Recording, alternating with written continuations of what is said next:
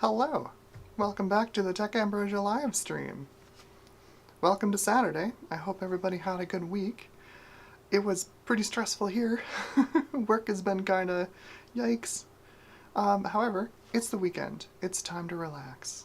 Work on some retro PCs, and in this case, build this thing. Finally, my capture card is behaving today, so we're gonna finish it off. I'll show you what I have planned for this thing. Hello, hello! Chat is lighting up. How's it going, everybody? Clarjon One Plus, hello, welcome. HC, welcome back. Good to see you here again. Garth Beagle, welcome back. How's it going? Yes, I remembered to press the go live button this time. I'm a professional. Oh, let's move us over to the desktop view. One sec.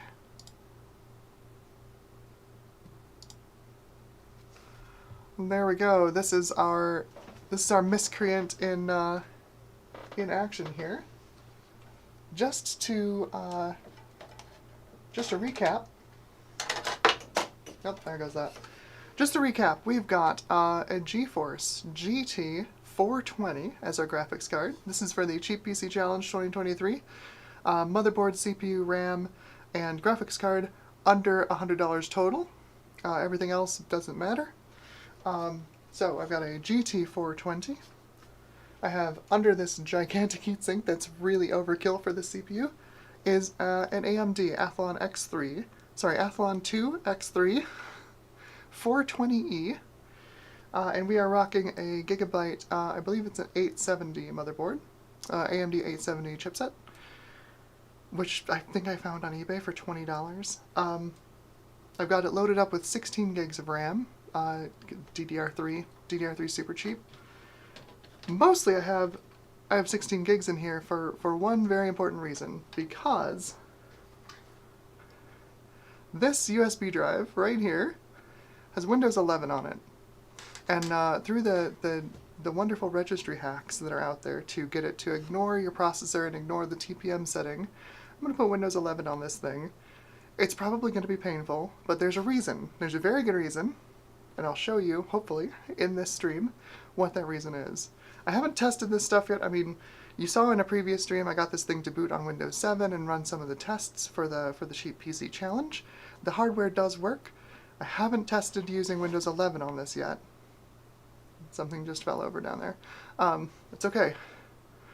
Ron is safe. We're okay. Ron of Ron's computer videos is safe, so we're okay. But yeah, I haven't tested putting Windows 11 on this thing yet, so we'll see. It should be a fun time.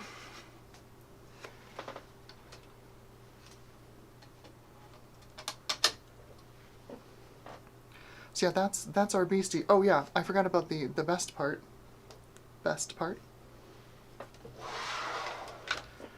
The power supply is a Cooler Master Thermal Master 420, TM420. So 420 watt power supply. If you haven't guessed, there's a theme to this build. And yes, the thing I'm going to be doing with it in Windows 11 is related to the theme. Okay, so we've got our boot USB. Windows 7 had trouble booting this off of the USB 3. I think it's actually a BIOS issue. I don't think it can boot off the USB 3. This is old enough. This is an old enough platform that the USB 3 controller is actually separate. It's right down here. It's an NEC USB 3 adapter controller. It's not built into the chipset. I don't think booting is supported on it. You know, this is AM3, not AM3 Plus. AM3. So. Like, I don't think there's any FX CPU support. It's purely for the K10 and Stars Core Athlons and Phenoms. Anyway, I was just noting the other day, like, how many features are on this board. Like, these were not expensive boards. AM3 was not a super popular platform. Board makers couldn't really charge a lot for these things. But you've got, like, there's 8 SATA ports. There's 2 here. 2 here, and another 4 here. You've got 8 SATA ports. You have 2 full-size PCI Express X16, a PCI Express X1. I think there's another X1 hiding underneath the heatsink here. You can see right there. Plus 3 full-size regular PCI slots. It's got headers for a CPU fan, obviously, but also power supply fan. You can control your power supply fan off the motherboard, as well as your case fan. Like, what do you get on a modern motherboard? Basically nothing. You get one X16 slot and an X1 slot if you're lucky, and that's about it. You get 2 fan headers. Anyway, yeah, it's an interesting contrast between modern motherboards and this one. So let's get this USB stick installed and get Windows 11 booting on this. Give me 1 sec.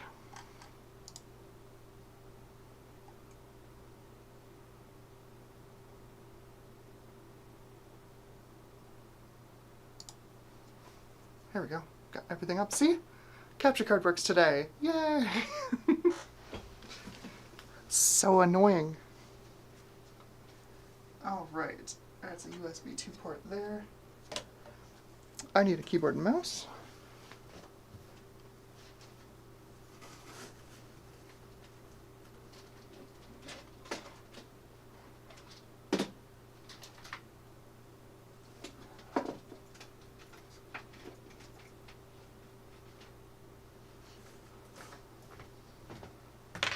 So I've got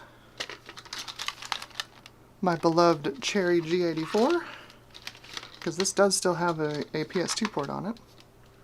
We'll see if Windows 11 even supports the PS2 port. My guess is no.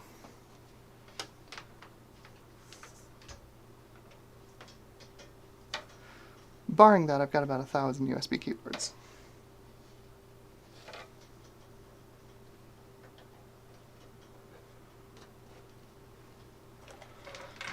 And of course, your grandma's mouse.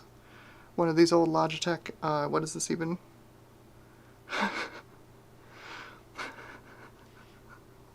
I can't say the model number, it's so funny. This is the MBJ58.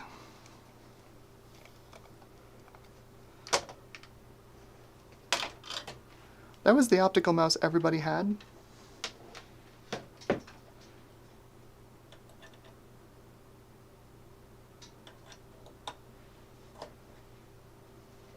Okay, so I think we're ready to go. Something fell off, I'm not sure what it was.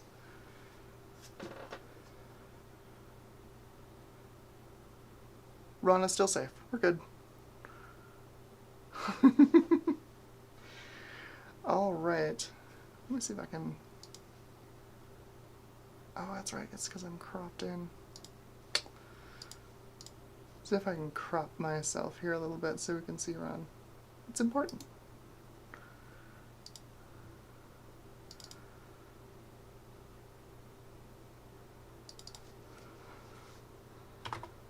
There we go.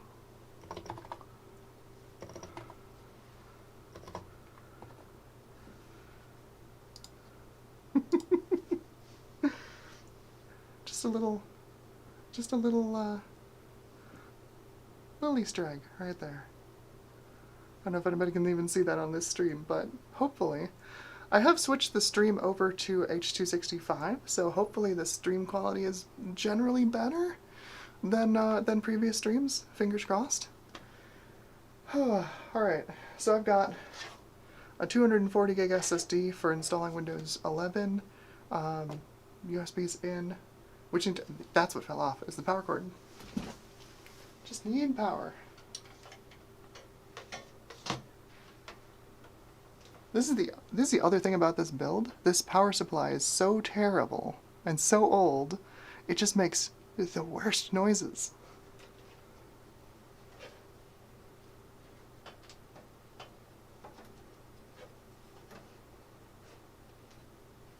Okay, so that is in. Ron is visible. Power on. I can hear it hissing. Good, good. That's great. That's what you want to hear. Okay, let's do this. Well, that's a good sign. I tested this. Everything works. Oh, Lord. That's all connected. That's good. That is the power button. That power supply, I think, probably bit it. Oh, there we go. Just ignore that.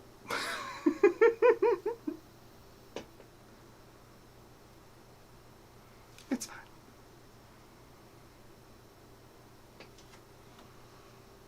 Okay, so we need to set this up in UEFI.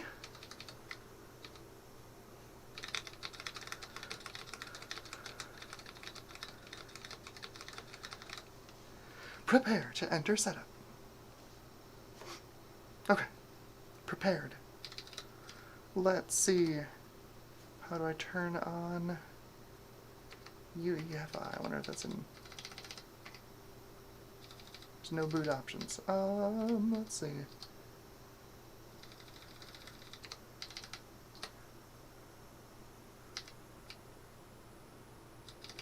Oh, it kept the date and time. That's awesome. Didn't expect that.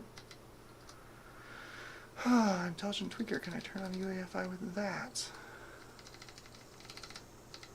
No.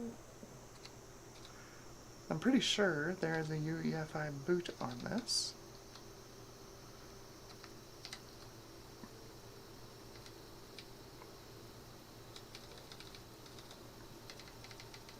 Maybe there isn't. Maybe I need to see if I can run this in non-UEFI mode. That's so weird. No way.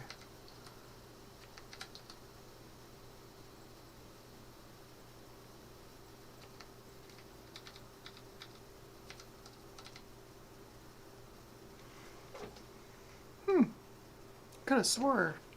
Well, maybe AM3 is too old to do UEFI boot. Let's see.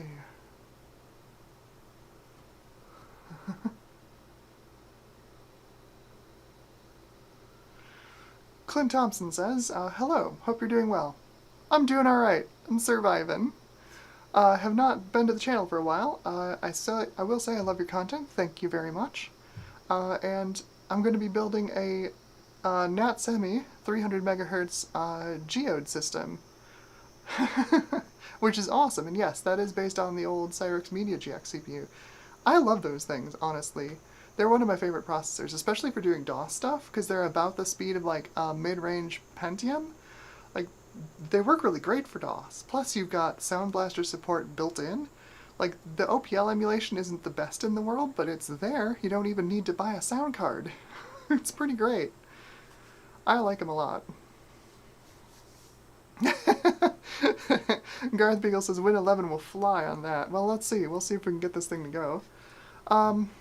It looks like I don't have UEFI boot options. Let me see if I can burn this. Burn this,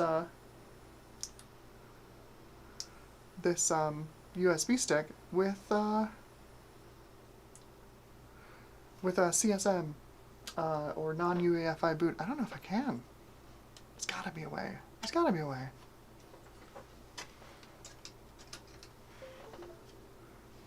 There's gotta be a way.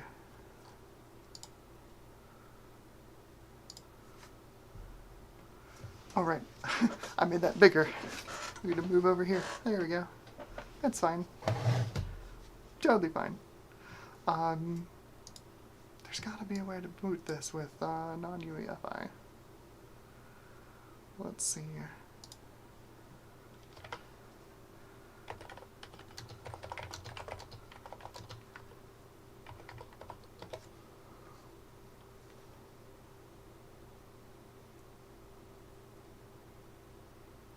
Yes. Fingers crossed. Let's see if this will work. I am, of course, using the wonderful Rufus to write this ISO. It's been very good. I absolutely love absolutely love that you can just check mark and just turn off all of the like really annoying features in Windows 11. Oh, let's see. Yep, so we've got Windows 11. Let's put it on. Nope. Let's put it on that disk. Okay. Get my ISO here.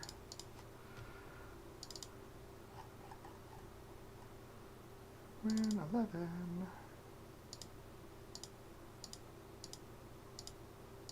There we go. Formatted as MBR. Boot for BIOS. Looks good.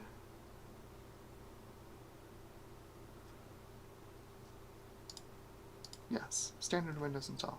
Go. Okay. Turn off all of the garbage. It's so nice. Remove the need for an online account. Wonderful.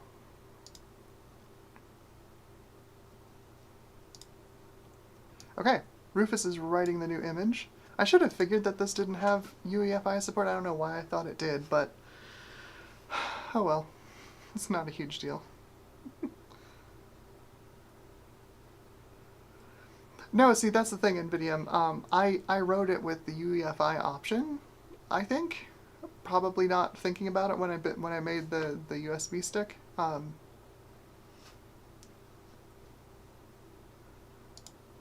have not. NVIDIA asks if I disabled all of the unused SATA ports. I haven't.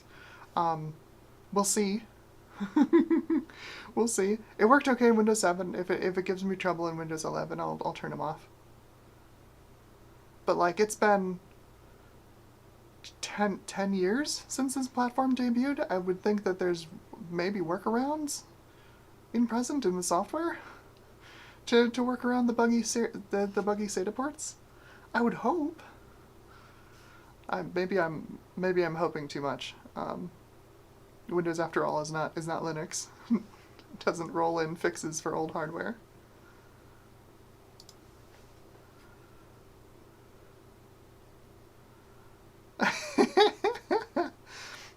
Clarjon1 says, I like how the CPU fan stopped to display the AMD logo the right way up. Yeah, I wish I could make it do that every time, but we got lucky this time. Oh. Walter Cardozo, hello, welcome back to the stream. I swear it's going to work this time. I'm just rewriting my USB install, my USB stick for Windows 11, because apparently I wrote it in UEFI mode? I don't know. I probably had a brain fart. Garth asks, what, no 420 gig SSD? Sorry, I mean, I got as close as I could.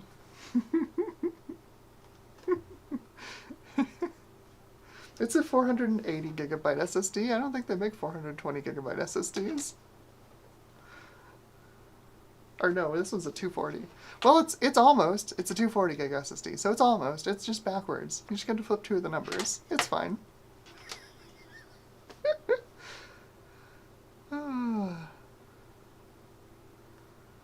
Oh yeah, that's also possible. We might have to flash the BIOS. That'll be fun. That'll be entertaining. I still have the 64 gig SSD with Windows 7 on it. So if we do have to flash the BIOS, I can just swap that SSD in and we can boot up Windows 7. Not a big deal. I'm going to download that BIOS file right now, just in case we do end up having to flash the BIOS. Because, yeah, it's probably not a bad idea. What is this? Gigabyte GA870A.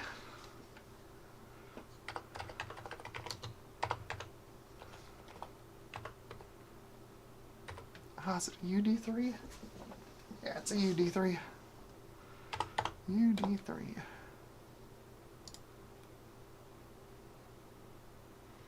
Oh, they got multiple revisions. What rev is this? 2.1.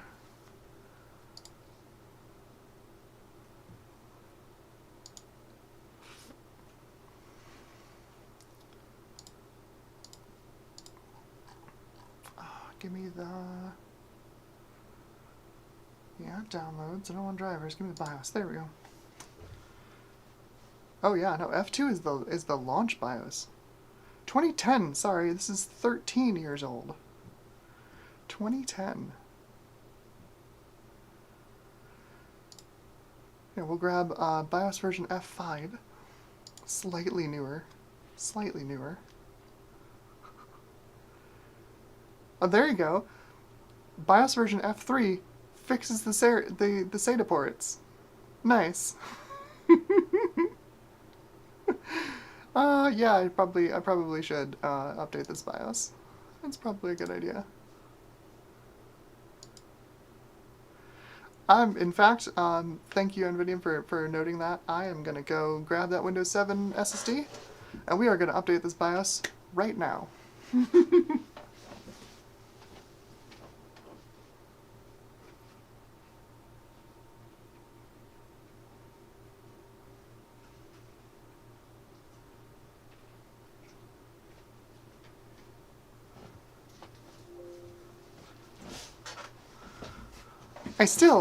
I still swear by this stuff. Like, I picked up these little SSDs. These are just 64 gig Samsung SSDs.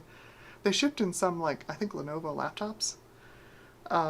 But these are, yeah, oh, they're definitely Lenovo. They have FRU numbers on them. But like, I picked up a 10-pack of these for $40, so I have $4 SSDs. I love it. If you're running a lab environment like this where machines don't last super long, like, these things make so much sense. It's just 64 gig SSD for practically nothing. Alright, so let's get this plugged back in. Go in there.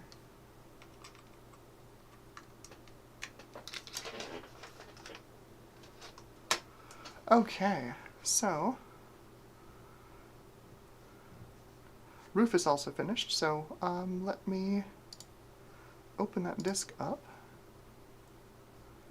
and stick that BIOS file on there.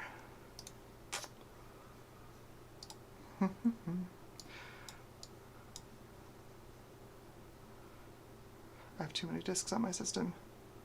There it is. Okay. BIOS file.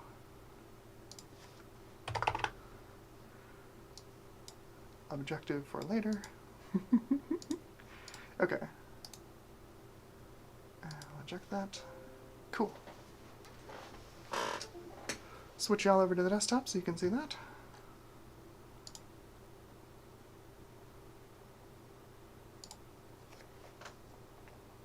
Oh, you don't need to see me like plug in a USB drive or anything. That's just silly. I'm not going to boot this. That's right.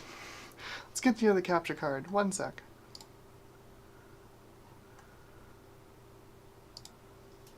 I'm good at this, I swear. Alright, so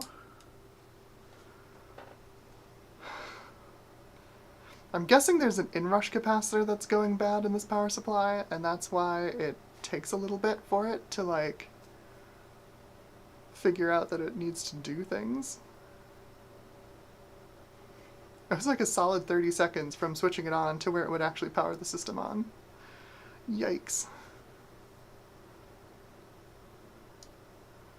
What do we got in chat? Bacchus, hello! Welcome to the stream. You have joined a computer crime currently in progress.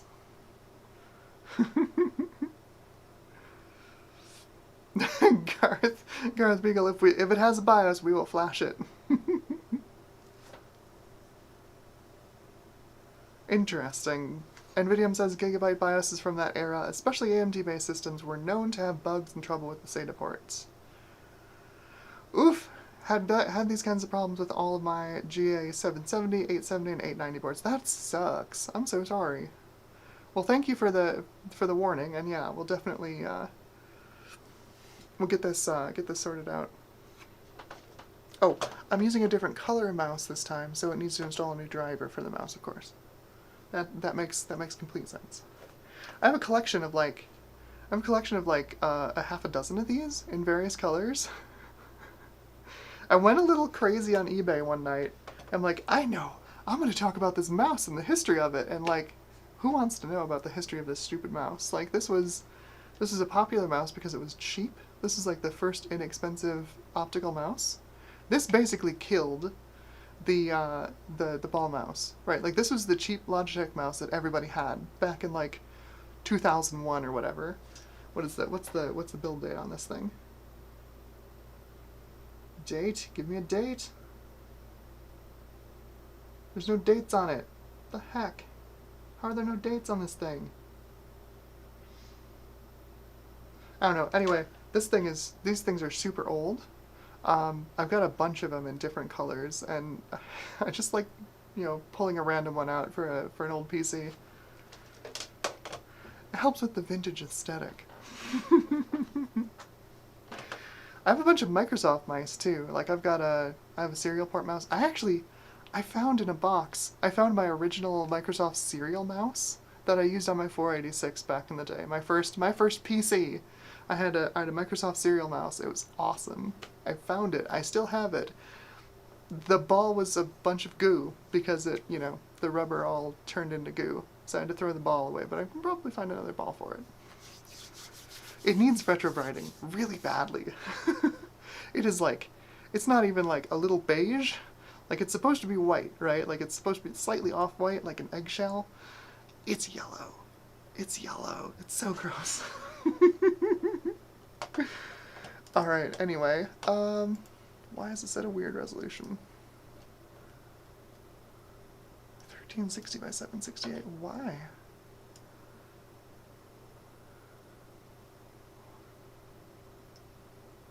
Let's at least do 720p.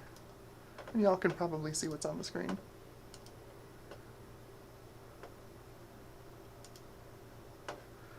There we go. Is it seeing the graphics card? It is, okay. We are seeing the GT420. Look at that smooth scroll.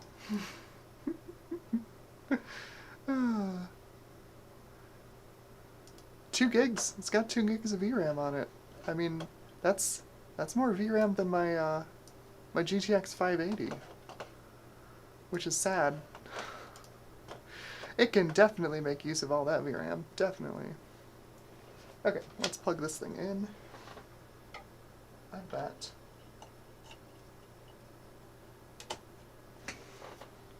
Yes, the USB 3 ports work. Awesome. I remembered to install those drivers. Get that BIOS there. Ignore the other thing above it. There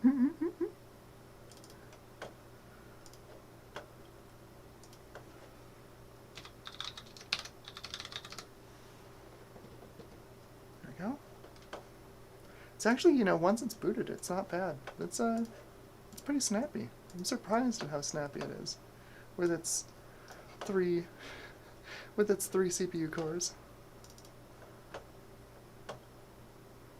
Oh, this is going to need to be run in DOS. It's the best way to do this in DOS. I can make a DOS boot disk. I have a 3.5 inch floppy drive. This has a floppy connector. It also has parallel IDE, so I could run an IDE to SD adapter with one of my DOS cards. I think I might do that. That's probably going to be the easiest.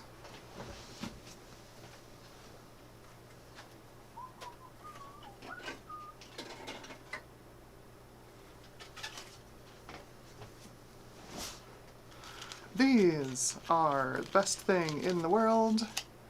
If you're doing anything with retro PCs, pick yourself up like 3 of these. They're fantastic.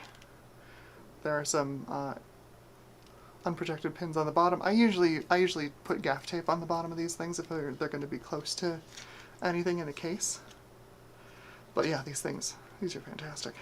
Okay, so I need this on an SD card. That's okay. I can get this off of my main PC.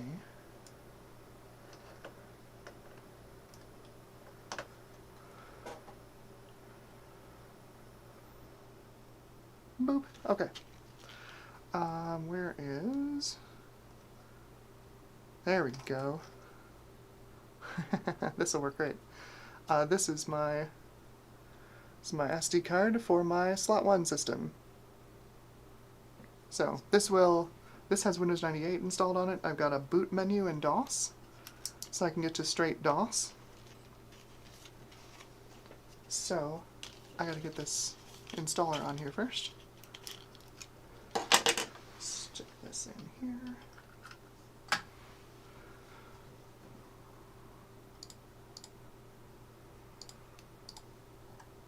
Do I have a BIOS flashing folder in here? No, let's make one. BIOS. Downloads. That is just, I'm pretty sure that's just a 7-zip, yeah, self-extracting archive. Let's open that up and just drop the BIOS files right in there. Perfect.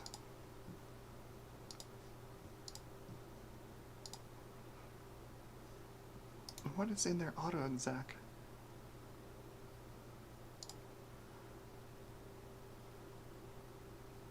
Oh, it just runs the, okay.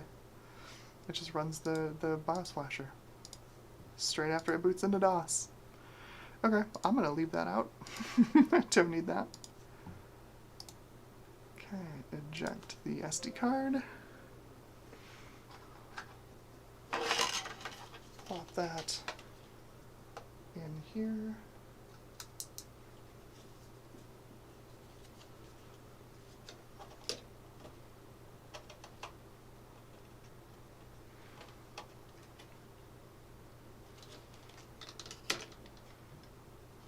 Get in there.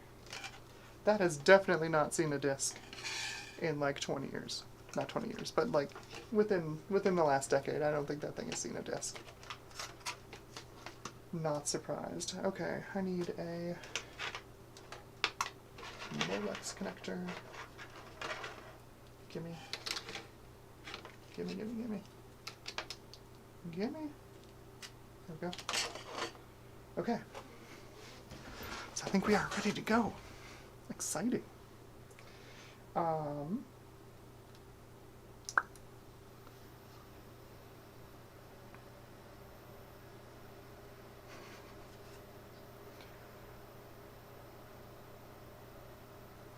Sees it. Hey, look at that. Okay, so we'll go into, let's do DOS with no EMS. There we go. We in DOS. Welcome back, old friend.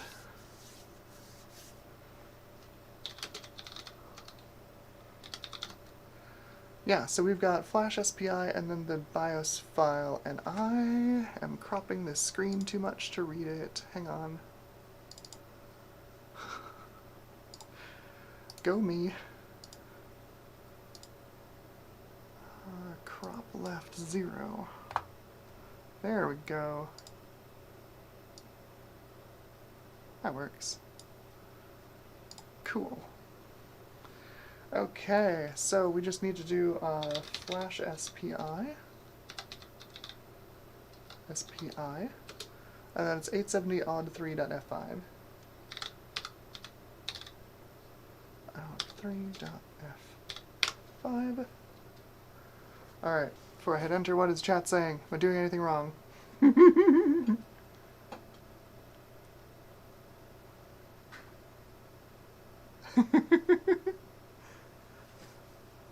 Clarjon1 says, silly idea for future builds and streams, a comically large big red button for powering on systems. I'll do it. I'll do it. Absolutely. This is literally just, it's a button out of like one of those learn how to solder kits that I just soldered onto a header. It's just a 2-pin, you know, jumper header. So yeah, no, I'll absolutely do that. That's a great idea. Thank you. What else? Anybody else? Bacchus says yes, like a huge bell-shaped one. Yeah. Bam!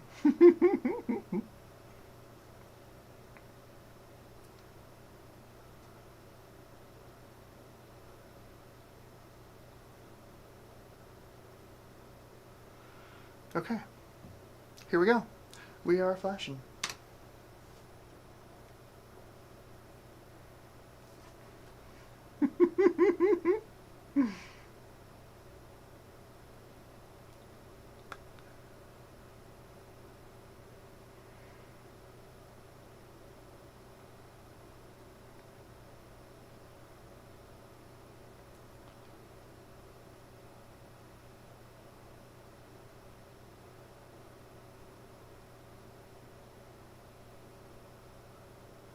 NVIDIA says that the Gigabyte boards are reliable. I still regret I changed to MSI. So I'm running an MSI in my main system. I'm doing it's an AM4. It's the Pro 4 something. I don't remember. But it's been okay except for one thing. One thing. Every once in a while, I go to turn it on in the morning, and it will fail to train the DDR4. It just fails. You know, like I turn it on and like go use the restroom and come back and like it's still at a black screen and doing nothing. I'm like, oh great, it's forgotten how to train the DDR4 again. So the only thing I can do is like force power it off, turn it back on, and then it's like memory overclock error. Like, yeah, no shit, you piece of garbage. It's the only problem I have with this board, honestly. It's otherwise it's been great. I've run a 5950X in it. I'm currently running a 5800X 3D. I've got like a 3080 12 gig in it. It seems to be fine. It's pretty stable. That's the only issue I've ever had with it, is this stupid DDR4. Every once in a while, I'll turn it on and it just won't go. It just won't do. Alright, so we've got our BIOS updated. So that's cool. Oh, that suspends to RAM. Oh my god. Really? Turn off. Hopefully that did not kill anything. Suspend to RAM was a mistake.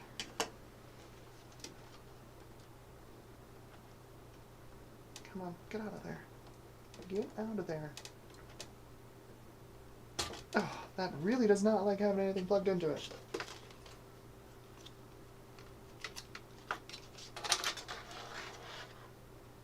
Okay. So then, flip right over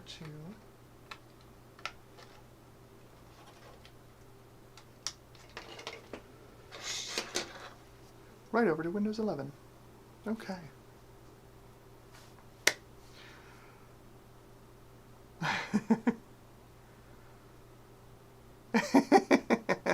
And Gareth Beagle says, BIOS flashing during thunderstorms not advised. Correct. It's a bad idea. Alright, so we've got our USB stick in, we've got the blank SSD for Windows 11. Let's see if we got, see if we have life this time. There we go. Excellent.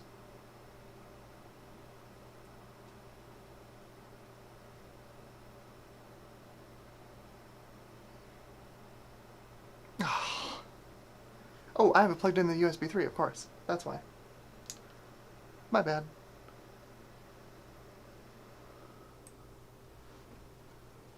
Does not boot from USB 3. There.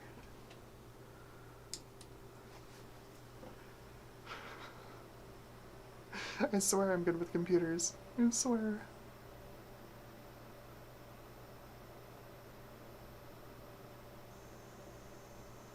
I hear hissing. There we go. Look at that. That's a horrific sight.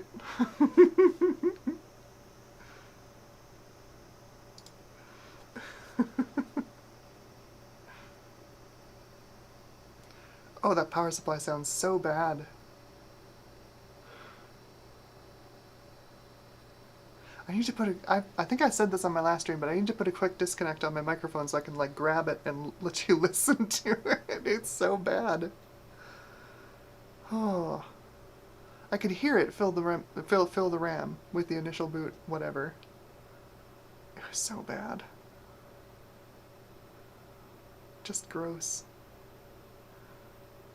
Yes, this machine is very cursed.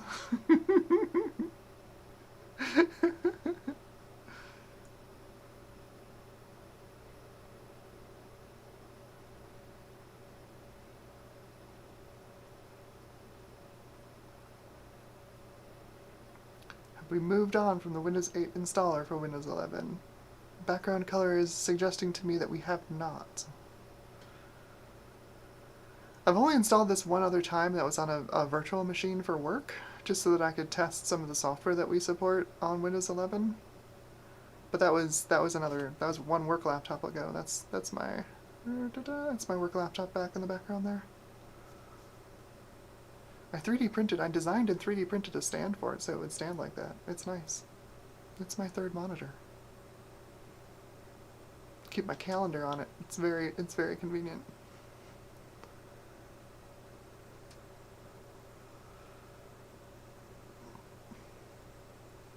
I'm sorry to hear that, NVIDIA. I know a lot of folks are really, really struggling right now, which is why I'm not, like, really harping on people to get on to the Cheap PC Challenge this year, because things are just so fucked, you know? Like, stuff is just so expensive. I'm sorry to hear that you had to sell all your boards. That sucks a lot.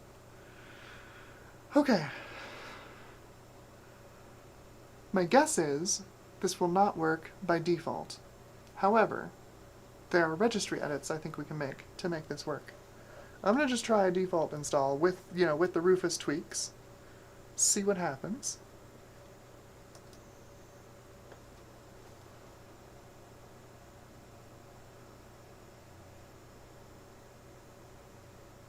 Oh. Absolutely. Yeah, no, I'm not planning on keeping this power supply really for anything. It's horrifying the way it sounds. I would not run any of my machines on it. This is just for the meme. Once I'm done with this challenge, I'm probably gonna give the system away, because it's got a lot of good I/O on it. I already have an AM3 board that I use for testing like phenoms and stuff, so I don't need this board. I'll probably just give it to somebody to use as like a file server or something.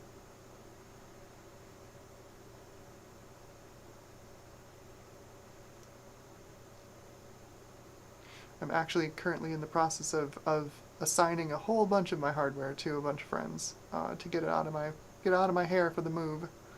And get rid of as much extra hardware as possible before I have to move. It's gonna be that'll be the ideal.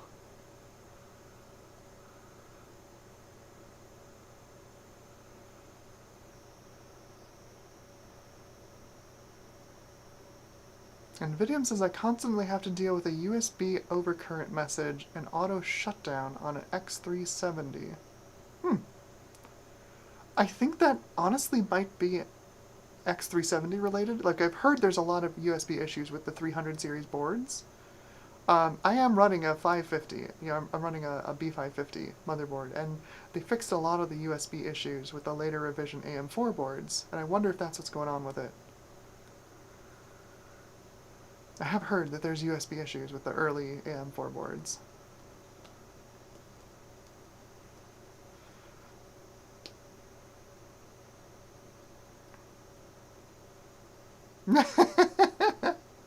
Give it away on April 20th. Garth says give it away on April 20th. I don't know if I want to I don't want to wait that long. I've got to move in March, so I want to get it out of my hair before then.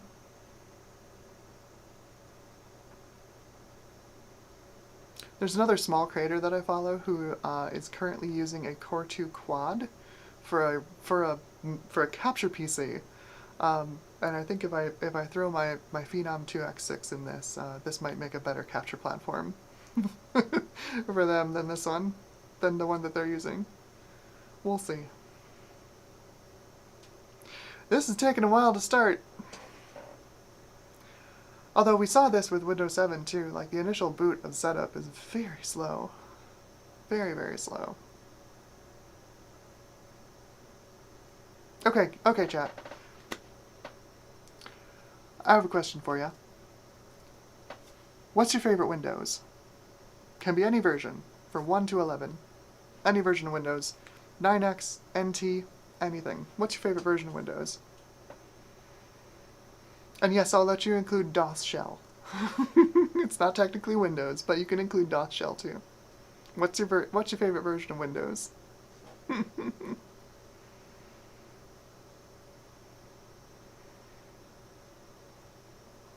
Once you answer, I'll let you know mine too.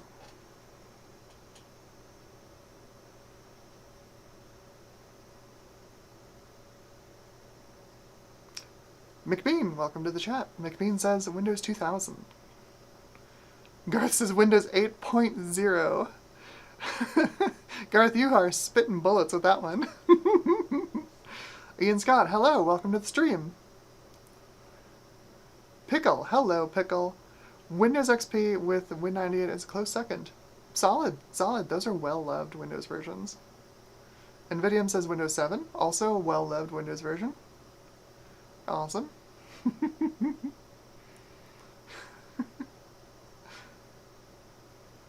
Ian Scott says Windows 2000 was my favorite. Windows 2000 is one of... I will say, always say that Windows 2000 is probably my favorite version of Windows. I ran it for a very long time. Most versions of Windows, I upgraded when it came out, in most cases.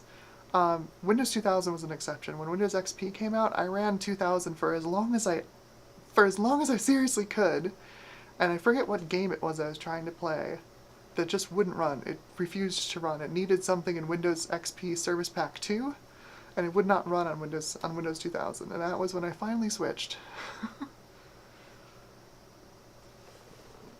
Okay. Let's see if this will actually let us do this. Oh, that power supply sounds so bad.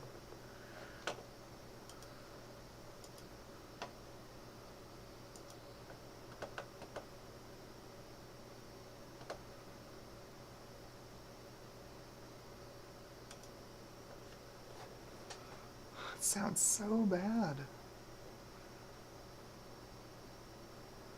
Garth says Windows 98 was for real. His favorite Windows. And that's it. That is a solid choice.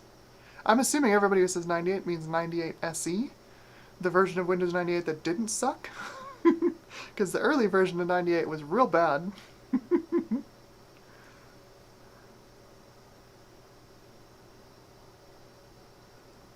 Ian said that when I upgraded from Windows NT 4 to Windows 2000, I could finally run some DirectX games. Yes. I found that a large amount of like Windows 9X DirectX games like actually just ran fine on Windows 2000. It was wild. I loved that OS. It felt so much faster. So much faster. Okay, so let's get rid of this stuff. Delete. Yep. Come on. You can do it.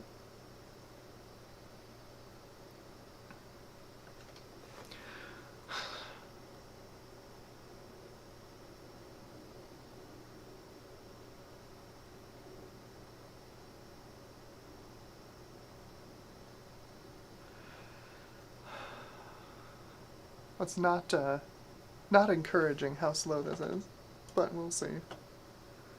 Delete that one. Yep. There we go. Let's go ahead and use there. Yep.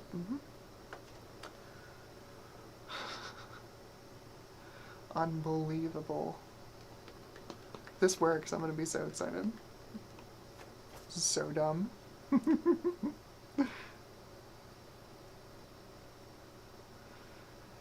Clint says, I like Star OS Linux. I'm not actually familiar with Star OS Linux. What's it like?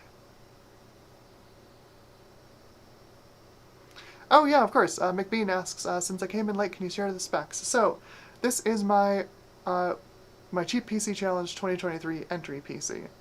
You know, I run the Cheap PC Challenge every year. This is year 2 of it. I'm planning on doing this for a very long time.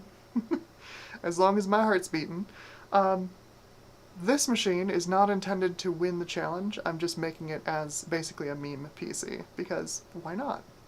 I'm running the challenge. It would feel disingenuous if I tried to win the challenge. I want other people to have fun with the challenge.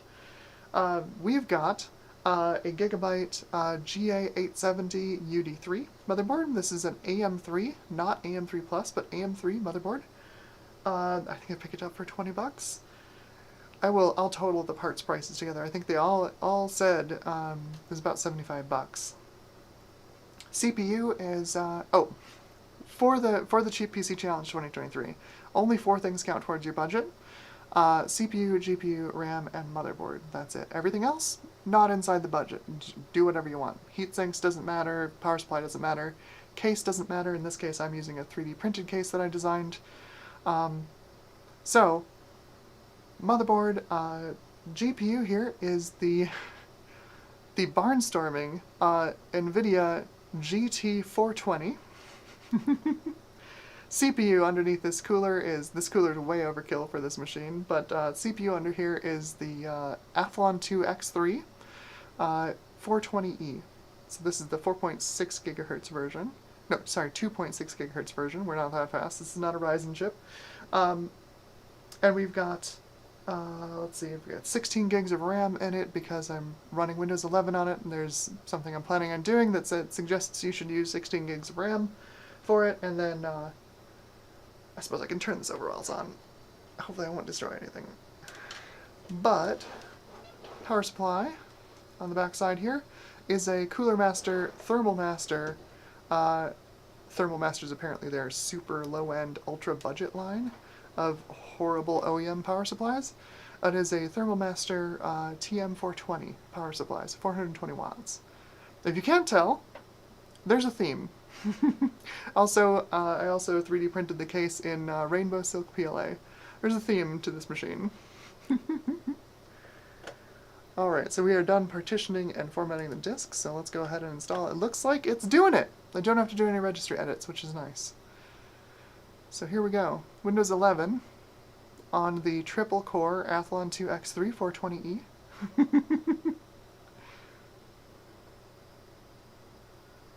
Welcome back, Clarjon1. Dave, hello Dave. Welcome to the stream. I did notice that you were not the first to say hello in my chat. I was like, oh no, is Dave okay? Is Dave's internet okay?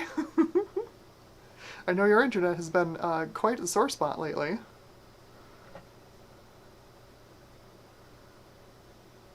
HC says, I printed out one of your cases. I hope it's serving you well. Are there any tweaks that you like done to it? This one, in fact, this specific version that I printed out is actually the new mini size for folks who have like Kingaroon KP3S printers or Prusa Minis with 180mm build plates. So this is my official test of the mini version. And someone just asked like, hey, it's real close to being able to print on my printer. Can you size it down to print on my printer? And I'm like, oh yeah, sure, absolutely.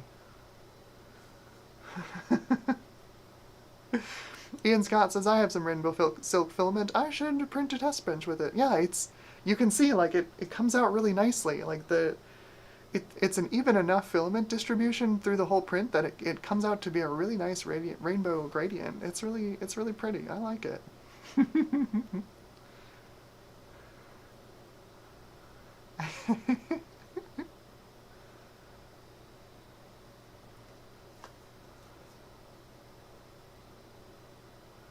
Oh, HC says they've not used it yet. And that's all right. That's okay. Let me know once you put it together if it works out for you. If you have any suggestions for either for improvements to the case itself or for additional accessories. I do need to get back on like printing accessories for these things. I promised a whole bunch of things that I haven't done yet, and I feel bad about it. Especially storage. A lot of folks want to use them as like, use these test benches as little NAS storages. So like fitting a few 3.5-inch drives or like a trio or 4 SSDs in them through a nice print. That it makes a lot of sense, and I gotta work on it. It's my bad. Clarjon says, Clarjon went to check their mail and said, there is no mail, but now I have a milkshake. So I still came out ahead. Yes, absolutely.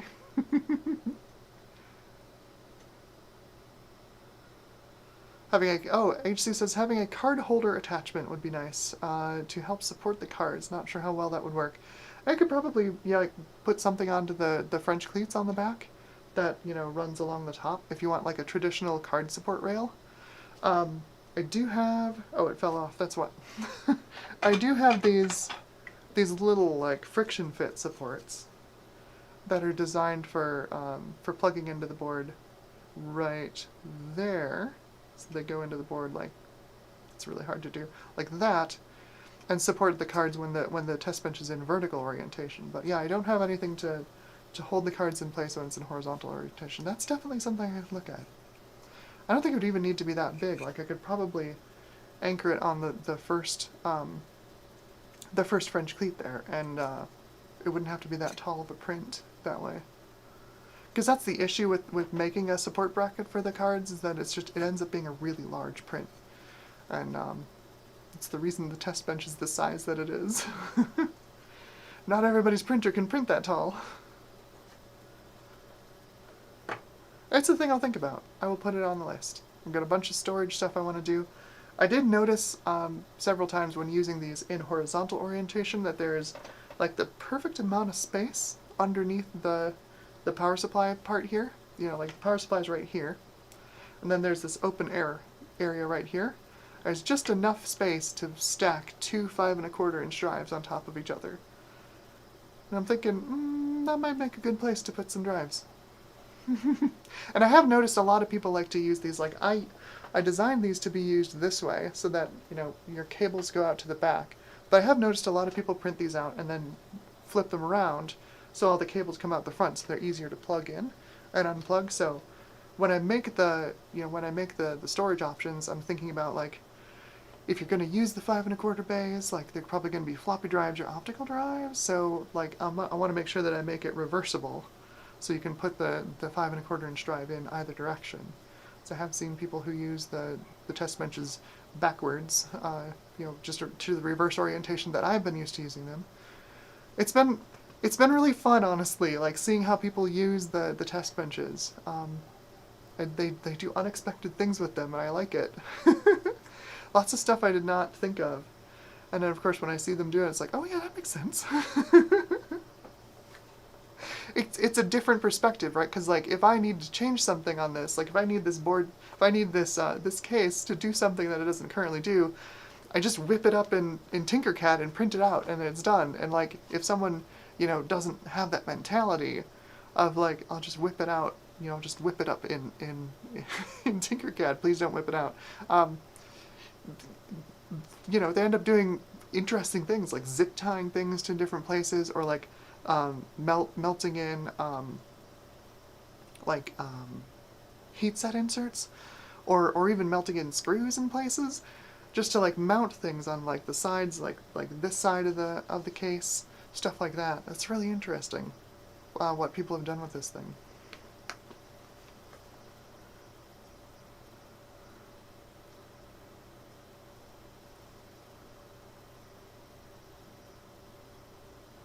Ian Scott says, I currently have an optical drive balanced on my power supply with my test bench. I'm thinking of some kind of attachment for it to hold it.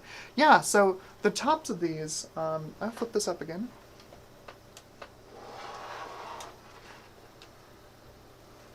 So the tops of every test bench, you know, have these little like chevrons in the top here. They're designed to be able to plug things into this, and I've got the template for this to plug stuff in here. I shamefully admit that I have not actually tested it yet. It's part of the reason I've been kind of slow on making these. But yeah, my idea is to have something that plugs into the top here and then holds two 5 1/4 inch drives, and then, you know, meets the bottom of the case, you know, on the desk along with everything else. So if you want to use it in horizontal orientation, you know, it doesn't end up, you know, ruining its ability to sit horizontal. So then, of course, I'm like, well, okay, so what? That means you can't use the handle that's here, because the test benches have a handle right here. What do you do about that? And I think my option for that is to like have like like an L-shaped bracket that goes underneath the handle and like grabs onto it for additional support, because I don't think these are actually strong enough. I don't want to change them now this far into the design. Like, these have been released for several months now. Several months? It'll be 2 months in about 3 days. These have been released for 2 months now, and I don't want to change these in case people want to, you know, plug stuff into these. Because the spacing and the, you know, how wide they are and the chamfer edges are all, it's all set. They're all the same size, every single one that gets printed. But I don't think they're strong enough to actually like hold a whole system. If you like put a handle on top of the print and then, you know, try and lift it, I don't think it'll work. I don't think it's strong enough. But if I make like a little L bracket adapter that like slides in underneath the handle and grabs onto it, that might work. that might have enough strength for you to be able to like have the two 5 1/4 inch drives and still be able to pull the whole test bench up with that handle. Because that's one of my favorite features on these. It was sort of an accidental feature in my first test bench that it had a little handle, and it ended up being like my favorite feature. Because you can just keep a system assembled and just move it around just by grabbing the handle and just picking it up. It's been one of the biggest selling points. It's a free model. Like, it's been one of the biggest features on these boards. We'll see. I've been thinking about it. It's a complex problem. Then I need to make the whole thing printable with like either no supports or a very minimum amount of supports, because I don't want to like force people to do a bunch of support removal just to get a piece off of this. But Ian Scott says, I love the handle. Yeah, I thank you. I put some real design time into the handle on version 2, because like I said, the version 1 was kind of a happy accident that handle ended up fitting right where it was next to the power supply. But the very first test bench that I ever designed was just one slab for the motherboard and one slab for the power supply, and then I put it all together and tried using it on one of my videos, I think my Athlon 64 video, and I was like, how do I move this thing around? There's nothing to grab onto on the back of the motherboard. I should put a handle there. But yeah, I actually put some. I've got so the way Tinkercad works is it's CSG, CSG, computed solid geometry. So you have primitive shapes that can be. We're doing a restart. You have primitive shapes that can be combined together into single whole objects, and you can combine them with obviously with addition or subtraction. So you can take an object, make it large and complex, and then like stick it inside another object, turn it into a negative, and get, a relief. Combine the two objects, you get a whole that has the shape of the complex object. So I ended up modeling the handle for version 2 so that it curves out just a little bit near the, can't demonstrate, it's in horizontal orientation, but it curves out a little bit near the end of the handle where you grab it with your fingers to give you a little bit more positive grip. Also, if it's curved, when your printer is printing it, it'll print one line down the middle, it'll bridge one long line and then go around the end, come back, bridge one long line, go around the end, and then move to the next layer and you'll get one line and then around to the edge of one line, and then it'll fill in those lines. Unless you're using Prusa Slicer, in which case it does intelligent bridging. But if you're using Cura, it's basically automatic bridging just through the geometry of the 3D model itself. I did see someone who made a remix of it on Thingiverse, and they added all these 45-degree angles and holes and stuff, and filled in a bunch of the voids to make it printable. And I'm like, my friend, it is eminently printable the way it already is. It's designed to print on garbage 3D printers. I'm sure you can handle it on your whatever you're using, probably a Bamboo Lab or something. Clint asks, did you sell any of your test benches? Not yet. The plan is to eventually. But it's probably not going to happen until after the move. My idea is, before the end of the year, I want to launch the Tech Ambrosia website. And then, after the move, I want to attach a Shopify to it. So you can buy, random stuff. I want to make some t-shirts. Obviously I want to make little Tech Ambrosia badges. Stuff like that. And I do want to print and sell test benches for folks who don't have printers. My goal is to keep the design free for folks who want to just print it, but then, anyone who doesn't have a printer, I've gotten a surprising number of folks who are like, I would love this, but I don't have a printer. How can I get this from you? I do eventually want to sell these because people want them, and they wouldn't be that expensive, even with shipping. They'd be significantly less expensive. And this is funny, this is basically, it's going to be an artisan boutique product, right? Because it's me printing it, going down to the post office and shipping it. I wouldn't be using a bulk shipping service. I don't have a print farm, I just have my printers. It'll still end up being cheaper than mass-produced, aluminum extrusion test benches, because the material is cheaper, you know? My goal is eventually to dedicate one of my printers to printing test benches, and I'd like it to be the artillery that's over here that's a bit in pieces at the moment. I'm going to plan on converting it to a belt printer so that it can roll off test benches basically continuously. If I end up getting a bunch of orders, it can just print test benches over and over again. That's the idea. Anyway.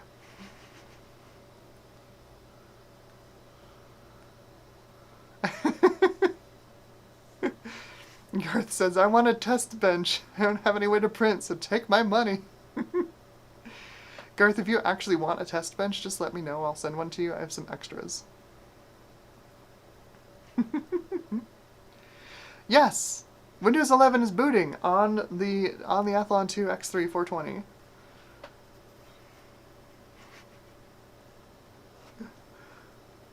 Smoke Windows every day.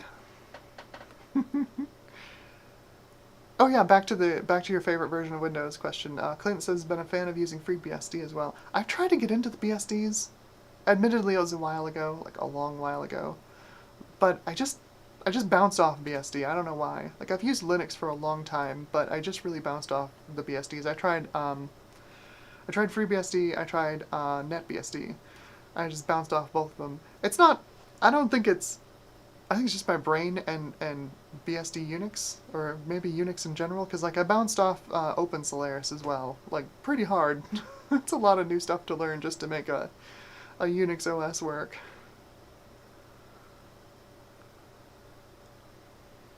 Ian says I always use my test bench with the cables pointing at me. See, yeah, and like a lot of people do. I've seen a lot of pictures of folks who have printed out the test benches and they use them basically rotated 180 degrees from here, so that all the cables are pointed at them for easy access, which makes perfect sense, honestly.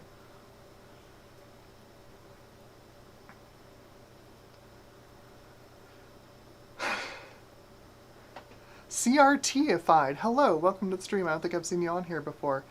Shipping is its own set of logistics, although at the moment, because I shipped out a bunch of test benches for free with the launch of V2, you know, I had like not 2 dozen, like I had like a dozen leftover test benches, and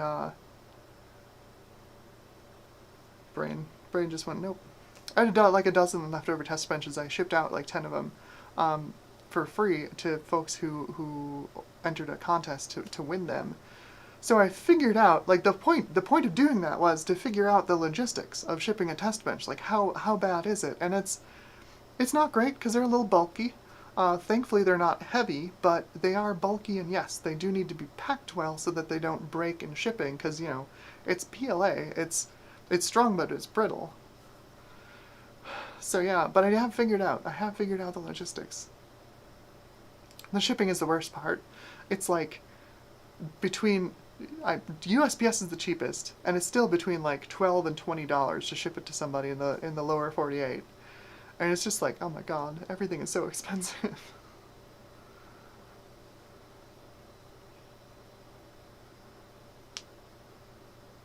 Clarjon says, I dual wield Linux and Windows. I'm thinking that's going to be me at some point, because I super don't want to use Windows 11. I don't want to switch to it. I'm not a fan. I'm gonna need to get my Pi-hole is gonna need to be like super updated in order to use Windows 11, because I don't want it phoning home about anything. No thanks. Windows 10 phones home about too many things already.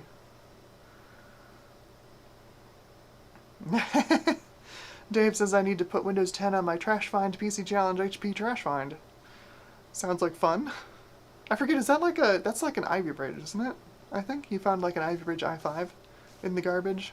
It's pretty cool. Free Ivy Bridge. Windows 10 should run pretty well on that, actually.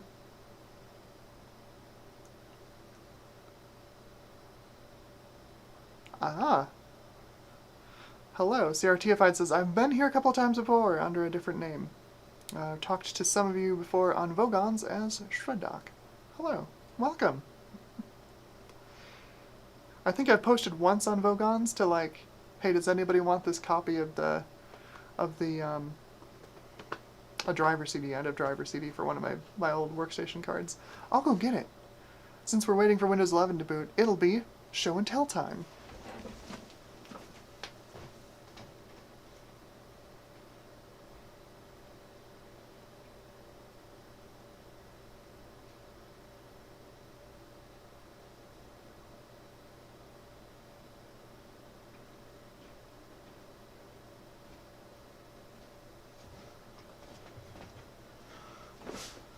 This bad boy.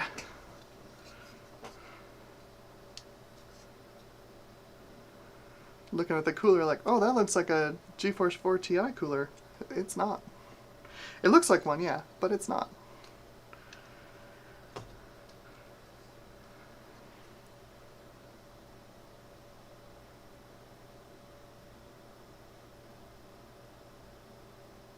It's just a glorious looking PCB.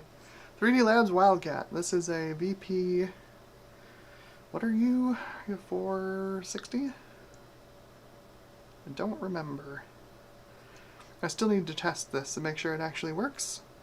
But it came with the original driver CD, which is why I wanted to archive it. I think I uploaded it to archive.org. I wanted to put it on Vogons, but nobody responded to my thread on Vogons. So I was having trouble logging into the Vogons driver wiki. But yeah, this popped up in my feed on eBay for a song compared to what 3D Labs cards usually go for. Like, I know this isn't anything special, but it is kind of cool to have. Just the PCB design with that silver 3D Labs logo, it's just so good. It's just so good. But yeah, that's I'm planning on testing this for an upcoming video.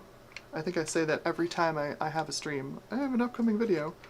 I do actually plan on doing this one, which is a look at like 2000 era, 2001 era workstations, because I've got an original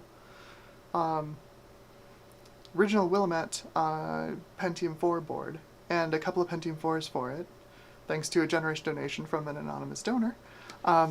And then I've got another donation, which is an Athlon Thunderbird board of the same vintage. So like SD-RAM, AGP4X, Universal AGP. They both have AGP Pro, which is the cool part. So I've got a couple of old AGP Pro workstation cards, and then like for the last, pièce de résistance, I'll throw the 3D Labs card in there and see which one can make the best use of it, if any of them can.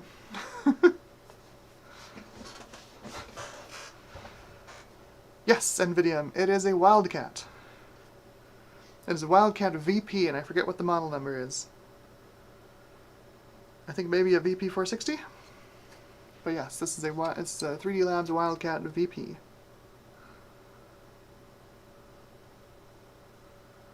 It is in gorgeous condition. I hope it works. I'd be very sad if it didn't. I haven't tested it yet. I'm kind of afraid to find out if it works or not. Is this? Yeah, it's Universal HEP, so it should work in pretty much anything. I should really just, like, throw it in my AGP test bench up there. Just make sure it works. Make sure my AGP test bench still works. You never know. You leave vintage electronics alone long enough, and eventually they stop working.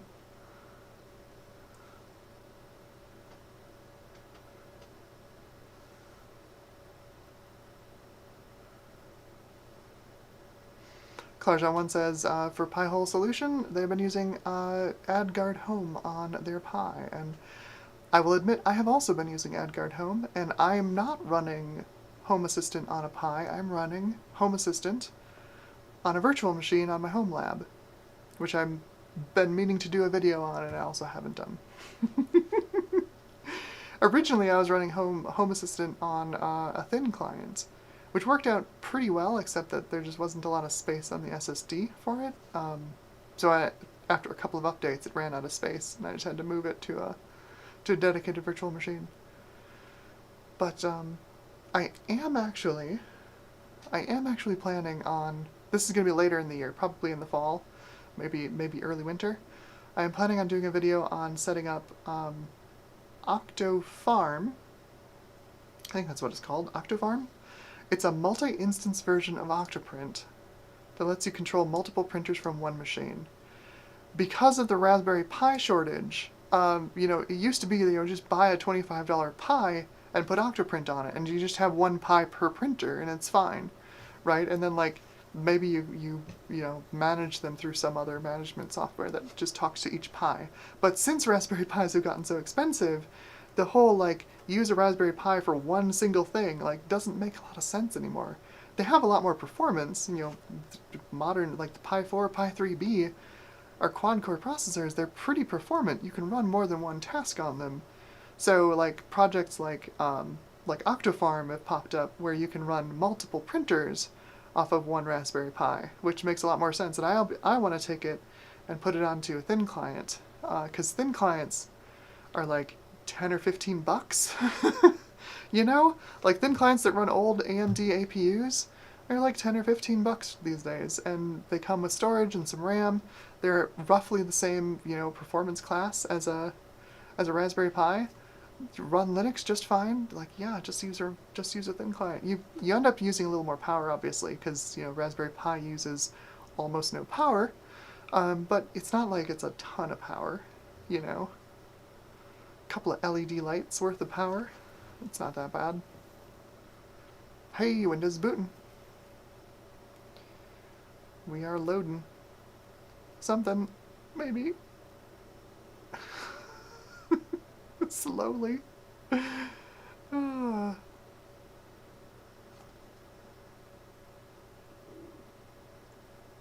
There is actually some heat. There's actually some heat coming out of that heatsink. It is actually doing something.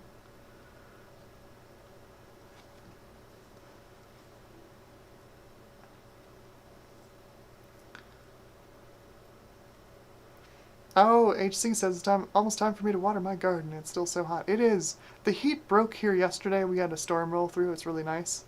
So we went from like 105-ish. We're down under 90 degrees today. 89 degrees, but it's still under 90 degrees.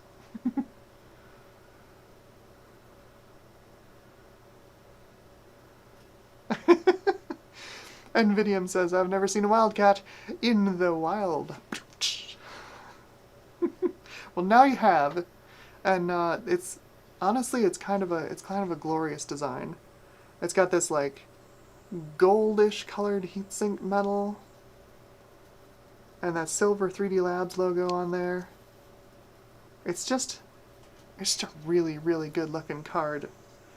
It's a shame what happened to 3D Labs, because they made some cool stuff for a long time, and they just died.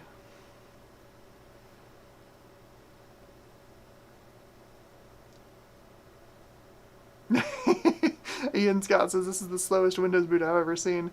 Well, hopefully this boot will be faster, now that it's set up all of its devices. Fingers crossed. This is also not plugged into the internet, so, like, if it doesn't have drivers for something, it's gonna have a bad time, because it won't be able to grab them off Windows Update.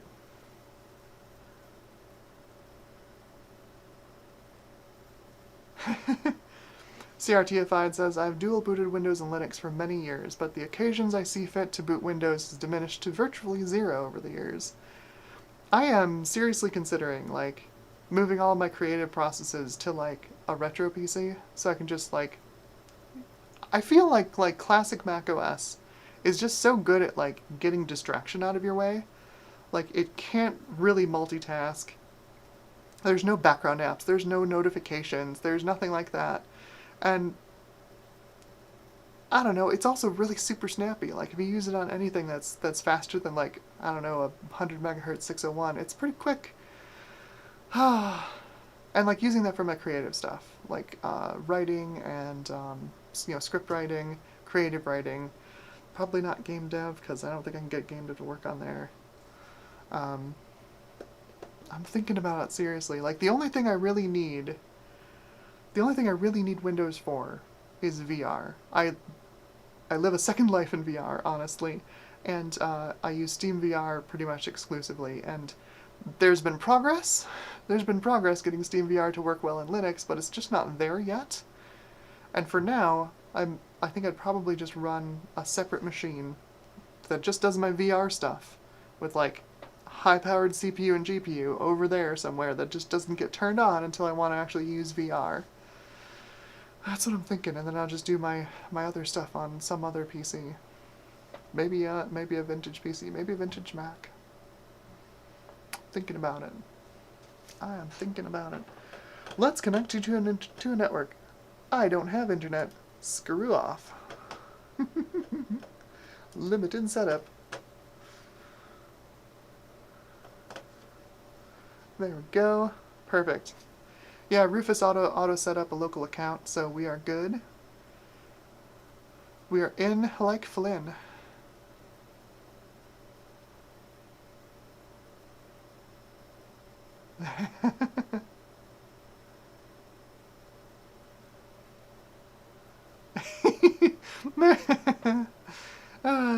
Yeah, exactly. CRTified says this. I'm getting my whole fix of Windows setup and boot screens in one hit. Yeah, there you go.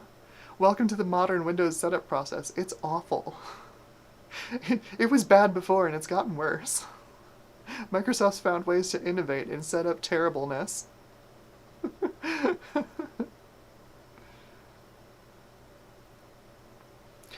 Yes, Clarjon, you said that you're that yes, I did say that I've been wanting to learn how to do some automations, and yeah, I do want to set that up at some point. At this point, like I wanted to set up a thing for my window fans so I can turn it on when it gets cooler outside than it is inside.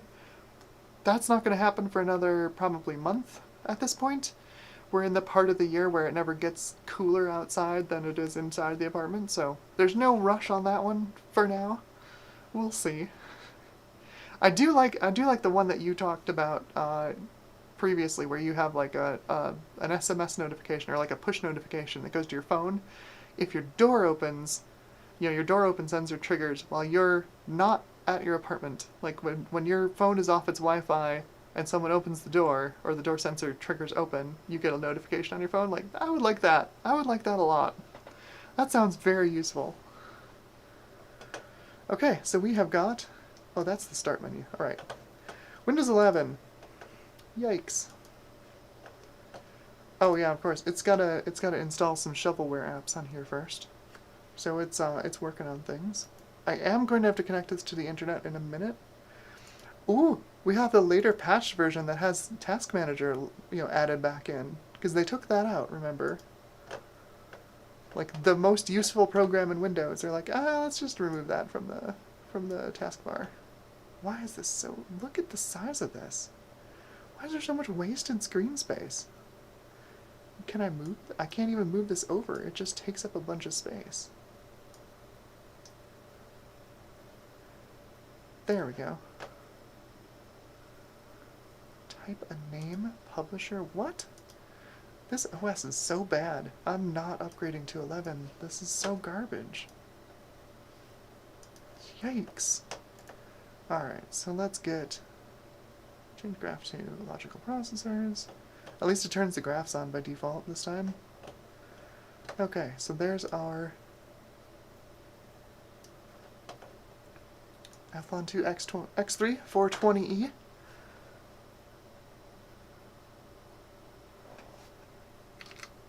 Control Escape still opens up the start menu. Nice.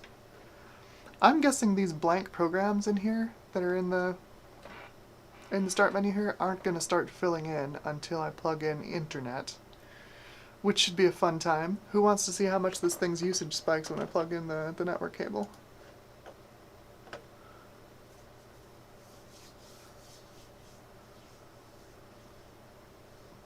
It's already doing something. What is it doing here? What are you doing in the background? Oh, of course, search indexer. Of course. It's always a search indexer. Okay. So, I'm gonna plug in the internet and let's see how much usage this thing goes through. Oh, this is gonna be bad. This is gonna be bad. Oh, where'd I put my network cable? All the way down on the floor. There we go. Plug you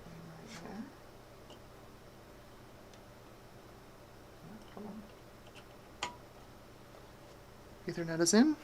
Oh! Blue screen on plugging in the internet.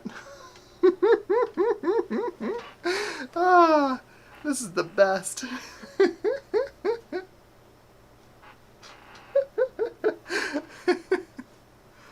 Oh, that's so good. I wish I'd planned that. Oh my gosh. Come on, camera, you can focus. There you go. That's amazing.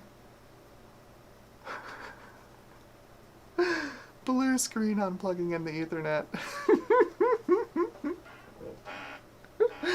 Ah, what a pile of garbage. Like I said, not bothering with Windows 11.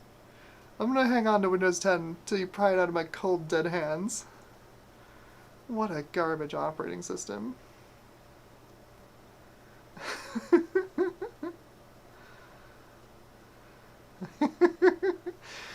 NVIDIA says the Windows 98 vibes are strong here. Yeah, and most certainly. You moved your mouse, restart to continue.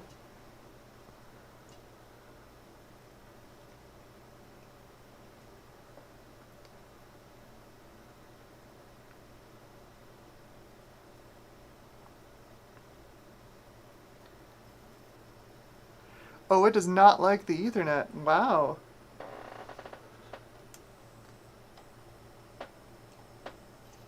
Dang. Let's see. Stay. What can I do about a network card? I think I've got a couple of spares. I don't know if I have an X1 PCI Express Ethernet card.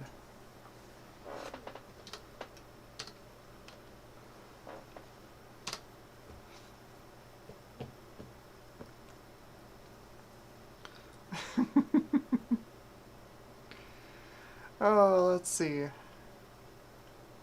It doesn't like the Ethernet that's on board.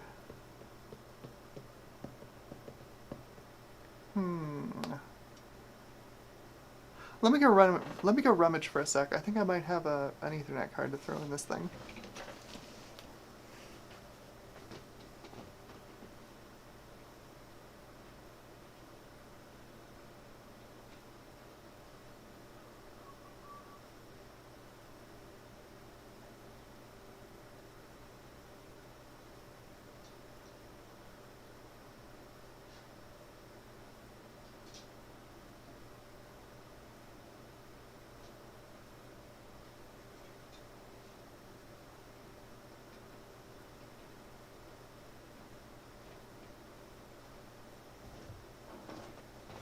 Yeah, I've got a few PCI Ethernet cards. I don't have any PCI Express ones, though.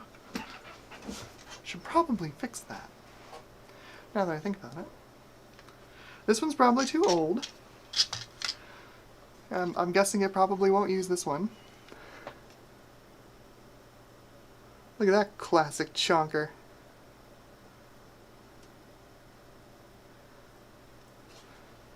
That is from my old 486. I found that in that box I was talking about earlier, where I had the mouse. For whatever reason, I kept the Ethernet card I had with it, which is kind of cool. I've also got the PCI version of that, basically, the 905 instead of the 509. It probably won't work with Windows 11. I think they stopped supporting this thing in, like, Windows 7. But I also have an Intel. And I think there's Intel drivers for every OS under the sun for Ethernet. So let's try that one. So we'll shut down. Oh, does this thing know what the video card is? I'm gonna guess it doesn't. Oh, there goes the Ethernet cable.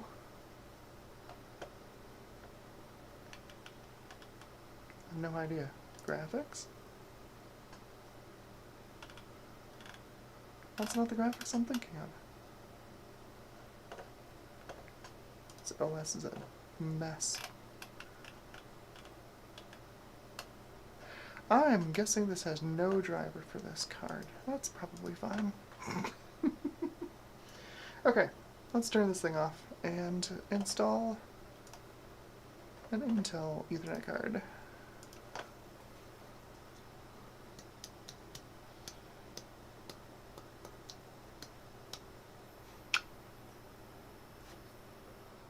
There we go.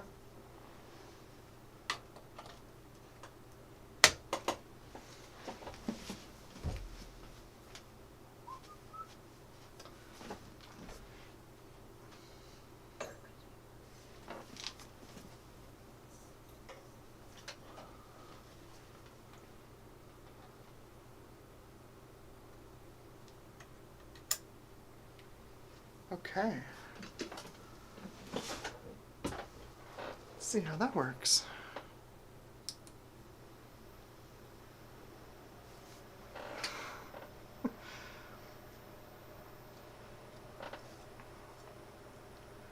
Just epic, just absolutely epic. Plug in the Ethernet, blue screen. Incredible.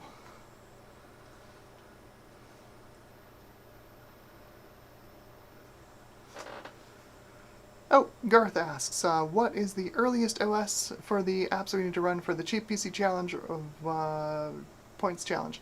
Yeah, so the earliest you're going to need is Windows Vista, because the GPU benchmark is DirectX 10. So, and DirectX 10 launched on Vista. They, as usual with Microsoft, they tried to like push the new version of DirectX onto the new OS to get people to buy it. It didn't work very well. There weren't a lot of DirectX 10 only games. DirectX 11 came out with Windows 7. Everybody just moved to Windows 7.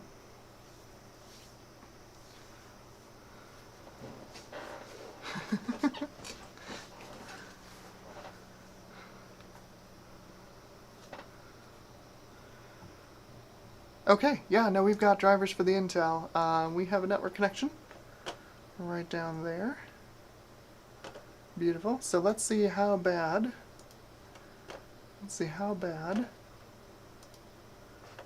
Processor usage is.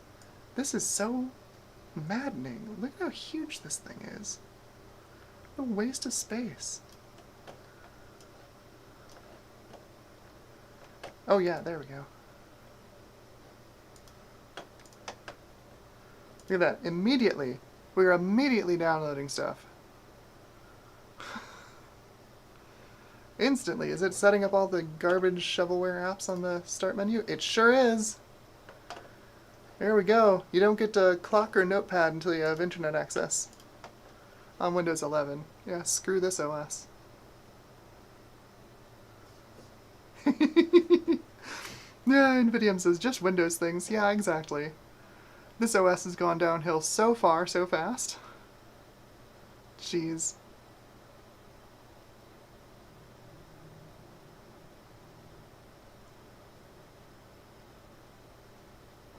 Yes, Clint says that this reminds me when Bill Gates showed off the hardware detection in Windows 95 and got the blue screen of death live. And yes, I think that was... I don't remember if that was 95 or 98. But yeah, no, he was doing a live demo, and they plugged in, I think, a scanner? I think they plugged in a scanner, and the thing just blue screened right there on stage. It was fantastic. It was definitely the genuine Windows experience.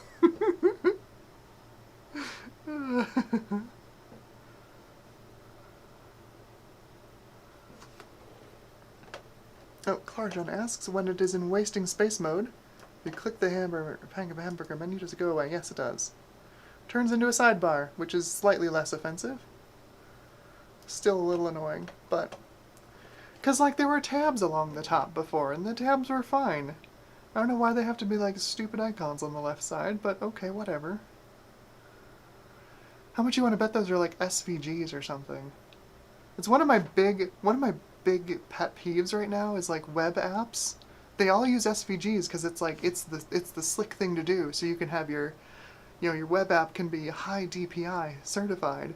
And I swear, I have taken some of these SVG icons, because if it's anything complicated, if it's anything more than like this Teams logo here of like 2 half circles or 4 half circles, if it's anything more complicated than that, a high resolution PNG is going to be less space than a bunch of SVG code in your HTML. I swear, I have done this before. I've taken like an SVG logo off of a website, blown it up, turned it into a ping, same resolution, like 300 DPI for like ridiculous high DPI screens, and the PNG is smaller than the SVG code. It's like, oh my god, really? I hate it. I hate it.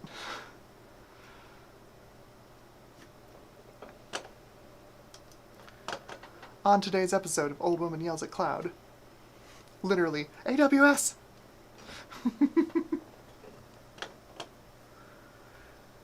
Okay, so a lot of that looks like it was driver auto-install, so we've got a driver now. There we go. Right-click is still real slow. But yeah, now we've got nice smooth window moving, so that's a plus. We're now maxing out all of our cores to do who knows what. Lord only knows.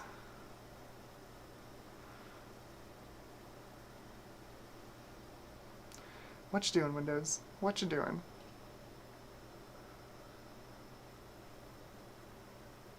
Anyway, the reason I'm using Windows 11 on this, more than just look at it struggle with Windows 11, is Windows 11, one of the few, like, actually interesting features of the OS is that it includes an Android emulator in the operating system. Just, it's there, you just have to install it. So I'm gonna look up how to install it, and we're gonna install the Android emulator.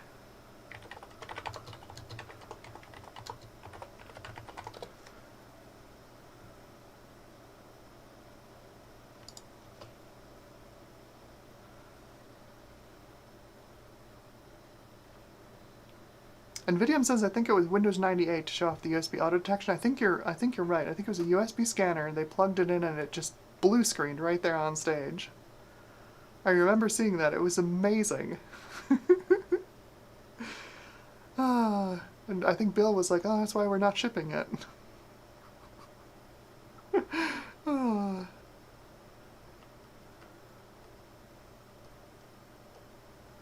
Alright, so we need something called the Windows subsystem for Android. And that is going to be, I'm guessing...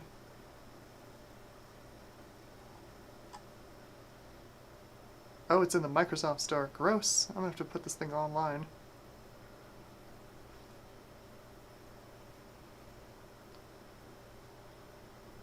Oh, I need virtualization turned on. Okay, so I gotta do that. That is turned off in the BIOS. So let's get that done. Let's see if I can just see it. See if this still works. Windows features. Yeah, turn Windows features on or off. Still works. Does it show up in here? Can I just install it through here? That'd be kind of cool.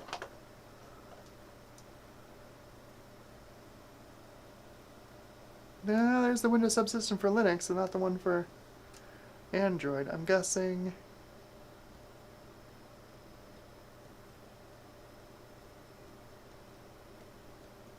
Oh, virtual machine platform.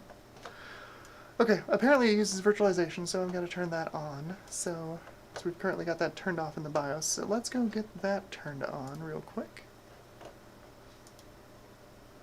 Redoop.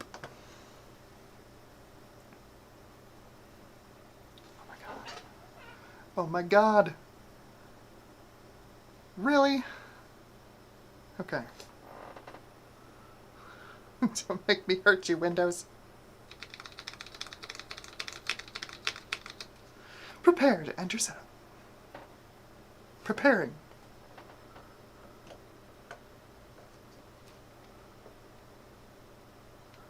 Okay. Let's get...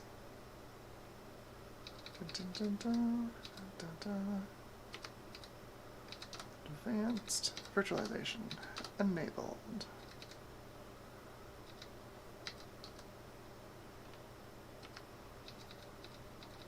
There was a thing back then where you could unlock...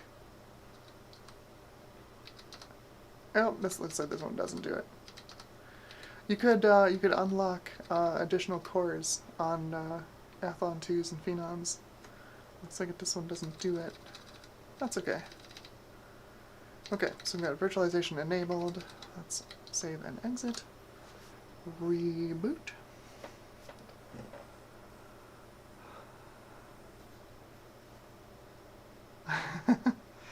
Have a good one, College on One. Good to see you. Garth, I'm gonna make you, hopefully I don't regret this, but I'm gonna make you mod.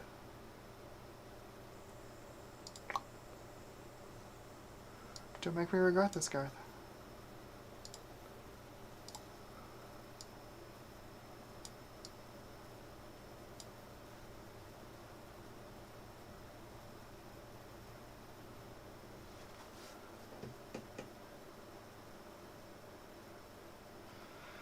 Okay.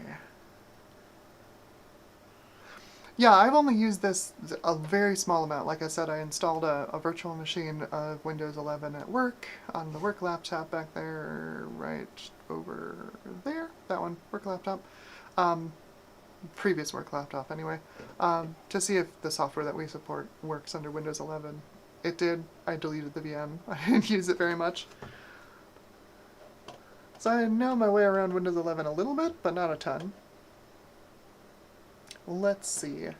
I do recall, though, I installed an earlier version of Windows 11, and you could not just right-click on the taskbar and go to the Task Manager in that version. And I know Microsoft eventually patched it back in. Obviously, this is a newer patch level, has the Task Manager option. So let's see. I need to sign in to the Microsoft Store.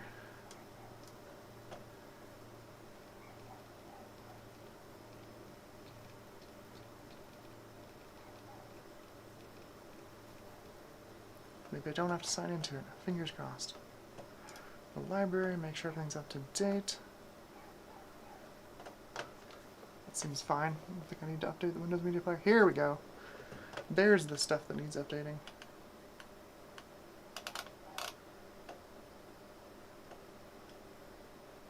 Update all. Okay, so virtualization's on. We're going to turn on the virtual machine platform and the hypervisor platform in the turn Windows features on and off.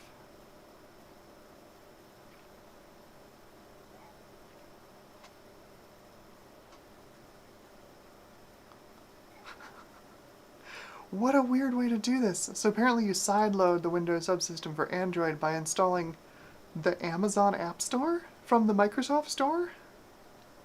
That's so weird.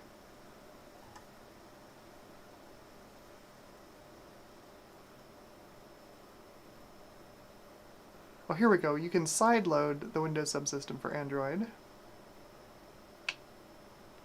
Perfect. Using PowerShell. That's what we're going to do. We're going to do that because I'm not going to install stuff through the... Well, that is the fastest Microsoft Store update process I've ever seen. I'm sure that will get slower with time. Let's see. Windows features. Turn Windows features on or off. This has been around for a long time. I think this first showed up in XP. I think this showed up in XP. But it's been around for a long time. This is the way that you get under the hood of Windows and put some stuff in it. Like, you know, a Telnet client, which is still around. Okay, so we need the hypervisor platform and the virtual machine platform. I think that's it. It didn't say it needed Hyper-V. Okay, get those installed.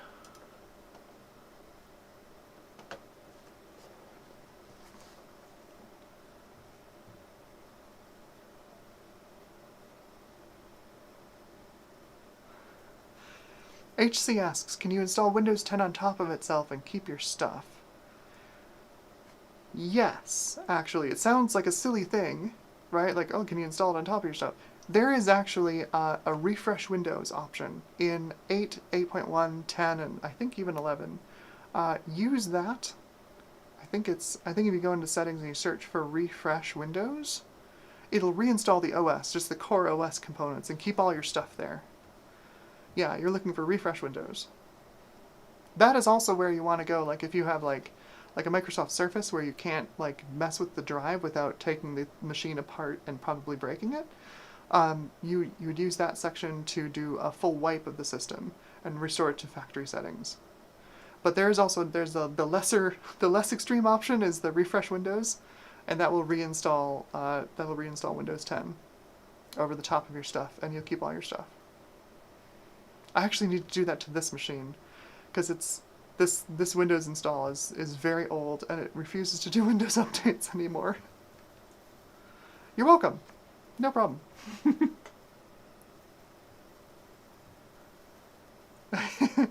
Garth says, I know so little about modern Windows other than keeping my PC running so I can play games. That's fair. That's perfectly fair. Okay, so we've got those subsystems installed. We'll reboot. And we're going to fire up a PowerShell when this reboots.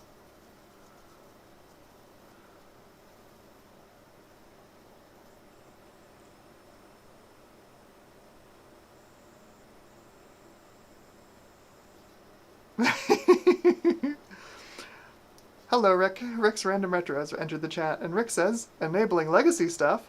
InfoSec enters the chat.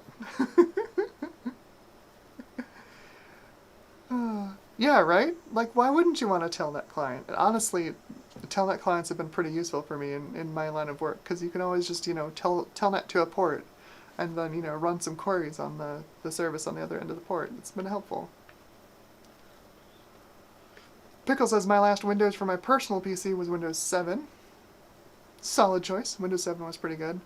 I ended up getting Windows 8 when Microsoft did the whole Windows 7 amnesty program.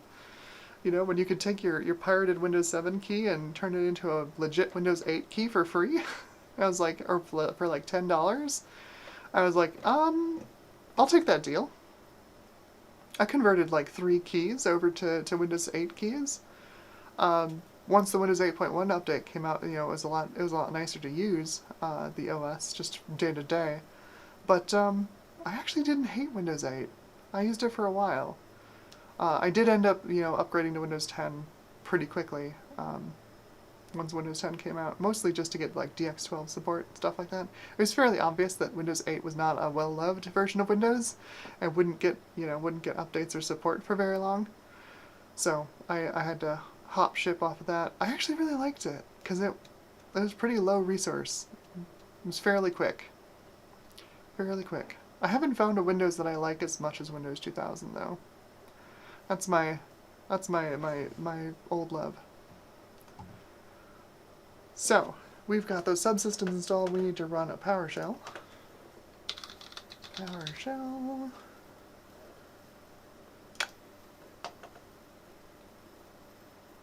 I do now. There we go. Lordy, she's slow. Install the latest PowerShell. You're on Windows 11. Are you not the latest version? What are you even doing? Microsoft, you write this software. Trash OS. What a complete trash OS. I hate it so much. Let's see. We need to do winget install. This is weird. Oh god, what is that? 9p3395 vx 91nr.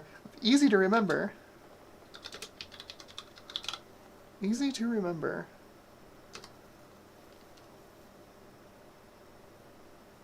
Hey. God. EULA's in PowerShell. I hate it.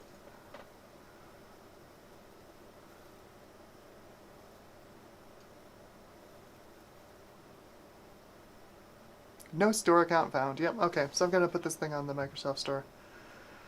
Oh, let's see. Give me one sec.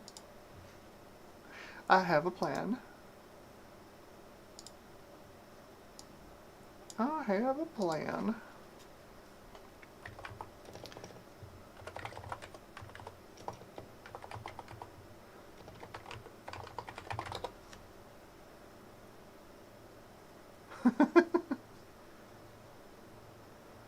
No Clarjon, no.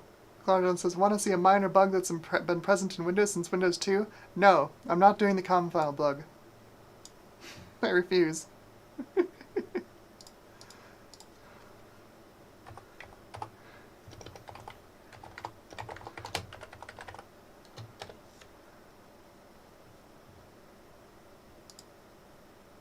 Oh no, it's a different one. Hit Alt spacebar, then select move, then wiggle the mouse. Oh no.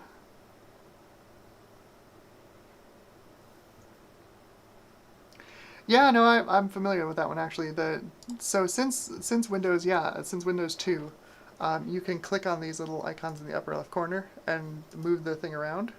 You're meant to be able to move it around with the arrow keys on the keyboard. This is a feature that's been in Windows for a long, long time. There's a bug with it. It's also supposed to like attach to your mouse, and then you can click and you can anchor it in place. There's a bug with it that it won't actually attach to your mouse until you press a key on the keyboard. So it's supposed to be attached to your mouse. Once I hit the arrow key, now it attaches to the mouse correctly. Yeah, that's not as bad as the com file bug, thank you. Com is a reserved word in DOS, and because of the DOS compatibility in Windows, you can't have a file or folder named com. I think the printer port as well. LPT1, I think? You can't have one. You can't have a file named LPT1 or something like that. Okay, Microsoft account. Let's make a new account. This is going to be for Tech Ambrosia.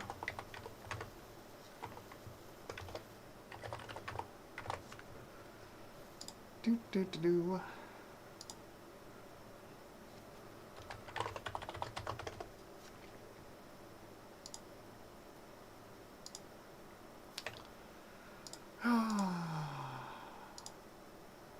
See, I'm okay with like doing this on Tech Ambrosia's account because like that's my business. That's what I do. That's fine. I'd rather not have all this stuff on my personal life, you know?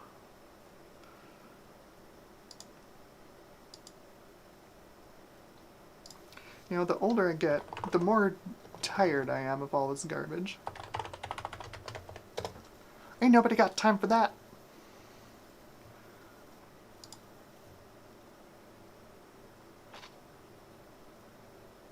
There we go. Throw the verification verification code in there. I don't want information and tips and offers. No thanks. Oh my god. Solve the puzzle so we know you're not a robot. This is one of the rotate the object puzzles. It doesn't rotate in the correct direction to match the, so you have a picture of a hand pointing in a direction, and then you have a thing. In this case, it's a frog. You have to like rotate it around. You've got a fixed number of angles it'll rotate at. There is no angle that'll actually rotate to the correct one, so get the closest one. Ah, unbelievable.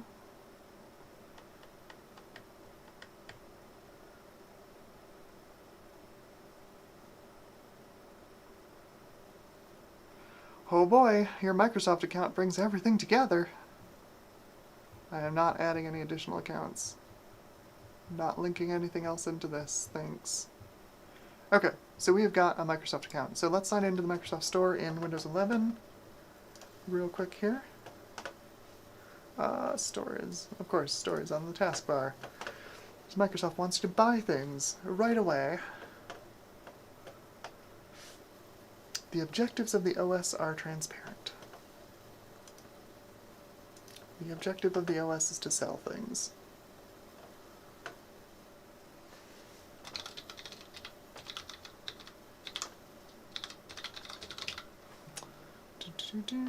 And yes, you can send me email there. I do read it. I'm not great about getting into that account and reading it, but I will read your email if you send me email.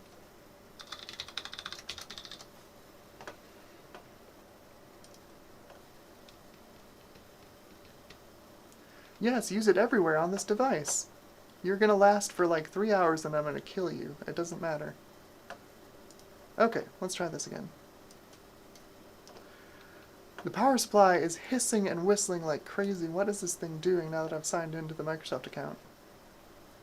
Taskbar, or Task Manager, is another different size. What is this thing doing? Oh, missed it, but there was a flurry of activity there upon sign into the account. Yikes. Let's do this again. Yes. Hey, there we go.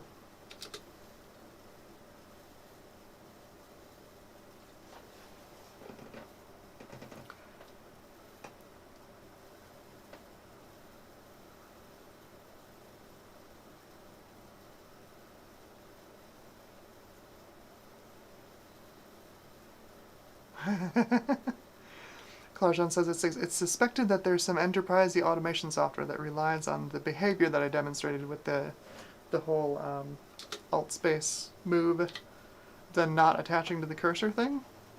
And that's probably correct. If it's been this long that this bug hasn't been fixed, that's probably what's going on, is that there's something that relies on that behavior now and they're just never going to fix it. I absolutely believe that. Alright, Clint, have a good one. Clint is heading out. Have a good night. I will talk to you later, I guess. See you in the next video.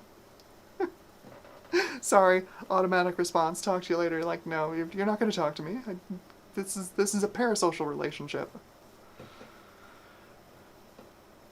I'm getting through. This video is coming out soon. I'm getting through it. I'm midway through the edit on it now. It's a slog, but I'm getting through it. Never doing one of those again. I'm never testing 9 graphics cards in a single video again. It's a terrible idea. Oh geez, Rick says, I never anticipated how much of my life would be account management as a parent. Every dang service, multiple kids, so many accounts. Yeah, it's terrible. It's terrible. I hate how many accounts I have to manage, and I'm just one person. Why does every website need a stupid account? So one of the things I'm going to do with the Tech Ambrosia website is there's going to be a browsable section of the site, right? Like there's going to be a section where I do like blogs, well, sort of, blog posts where I post transcripts from the videos and like any helpful images and stuff that go along with it. That's going to be browsable. What else? I want to have a Bootstrap section so you can get a vintage computer up and running quickly. Like, grab this image, write it onto an SD card, and go, kind of a thing. That'll be browsable without a login. I've got a bunch of other ideas for for this site. The only part that's going to need a login, maybe, if I can get around it, I will, because I hate having so many logins. It's why I upload all my 3D prints to Thingiverse and Printables, because you can download those models from those websites without having to log into anything. You don't need another account. I really appreciate that, and I want to make sure that the people who use my models, don't have to log into yet another account just to use them. But yeah, same idea. If I can get the Shopify to work like without an account, you can just put in an email address and your payment info and just buy the thing, that would be great. I don't want you to have to log into another website, because it's frankly ridiculous. Frankly ridiculous. Eric, hello. Eric's Edge is here. Welcome to the stream. Good to see ya. Eric says, I finally killed my Microsoft account. The only remaining purpose was my certification transcript. And the certs are old enough now, and I'm in management now, so meh. Yeah. That is true. I should actually probably grab my my HTML5 certification off of Microsoft's site before I like delete anything there. Certs, not cards. That's alright. My eyesight isn't great, so I read it as certs anyway. I got what you mean.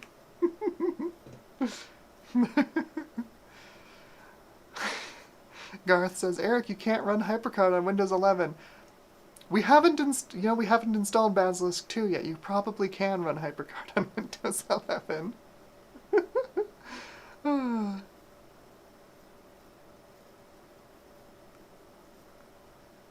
no, yeah, that's true. Rick says that his favorite is the perma-linked accounts. Like when you have to even get an account, like an Epic Store account, and then you link it to your Nintendo account.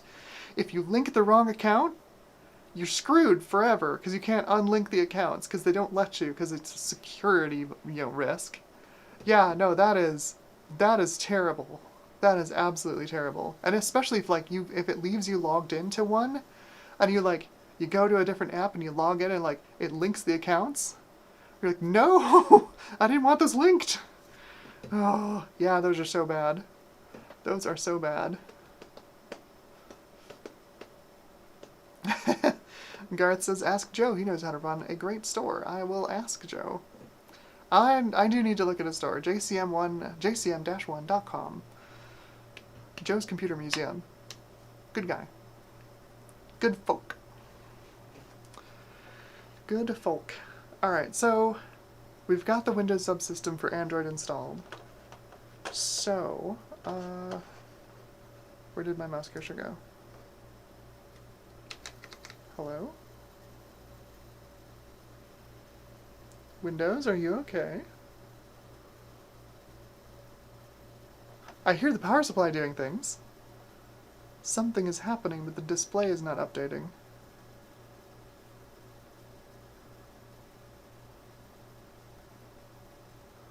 What is this thing doing?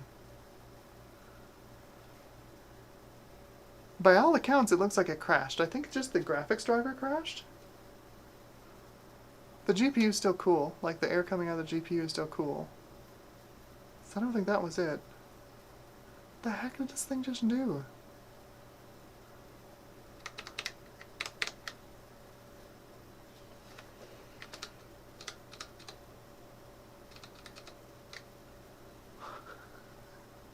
This thing just shat the bed.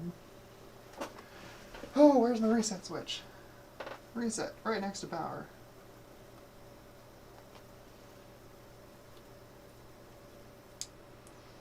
There we go. Plug that back into power. Oh my god. Windows 11 is going well. Windows 11 is going well. Just incredible. Yeah, right? Yeah, no, you saw that. I hit Control Escape, tried to show the Windows menu, just locked up. What a wonderful OS. What a wonderful OS. I'm sure it was trying to download a bunch of data from the Microsoft Store and apply settings to everything. There we go. Okay. So, if I... There we go. Looks like we are responsive again. I'll leave the task manager open, which is, again, is defaulted back to its original tiny size.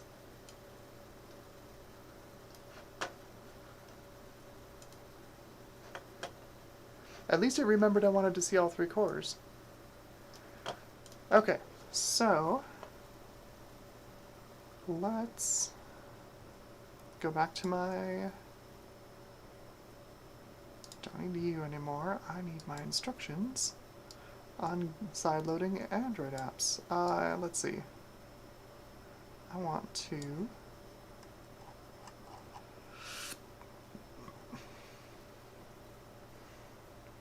You'll need to have a system-wide...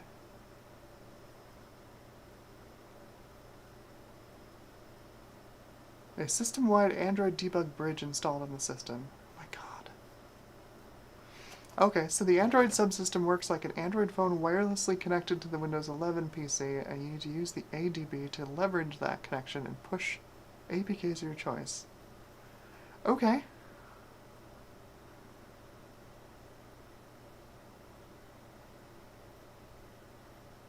Alright, so we've got an ADB installer to install.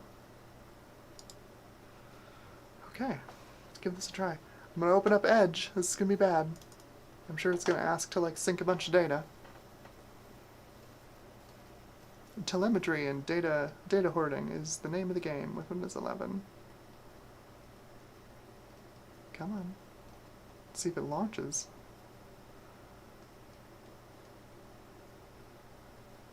Anybody? Bueller?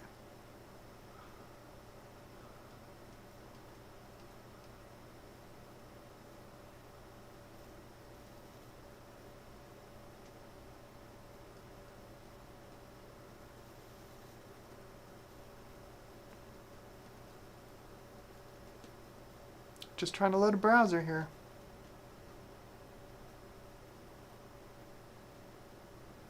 Maybe I need to double click it again. I think it forgot. There we go! It totally forgot. Oh yeah, here we go. There's the full screen Edge garbage. No thanks. Oh no. What's going on? Why is my mouse cursor is locked again? This thing crash again? My god. It crashed again.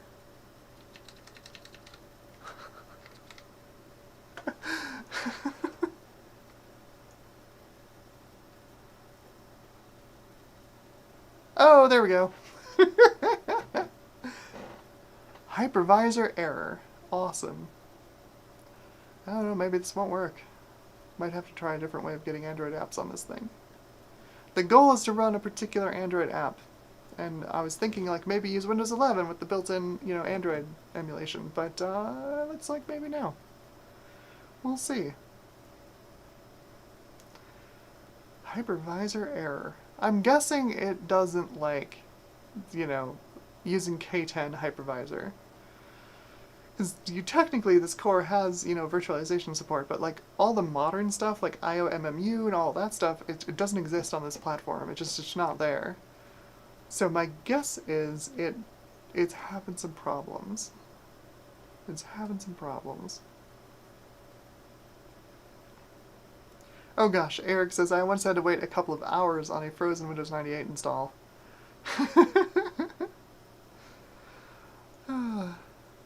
Yeah, so this is borked.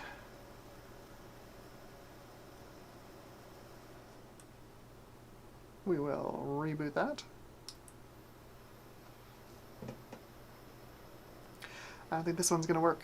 I'm gonna have to use a different way of getting Android apps on this thing. It's such a dumb thing to say, I love it.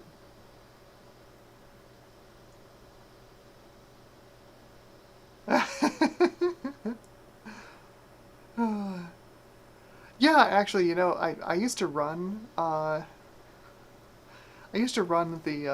blue screen of death screensaver. Like, if you're familiar, there was a screensaver that made the rounds many years ago that, like, simulated various blue screens of death from various versions of Windows. So you just quietly install the screensaver and then wait 5 minutes for it to activate, and it looks like it totally, like, it's got the animations. For the Windows 98 ones, it actually changes the monitor resolution, so like you'd get on a CRT you'd get the flicker of a monitor resolution change, and then it would show the text mode, you know, blue screen of death.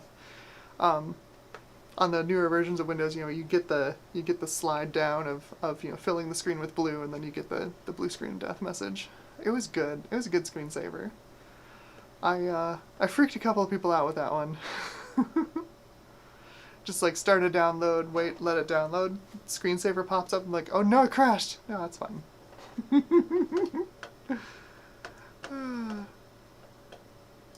Let's try that again. So, start up Edge. Let's see if it'll... No.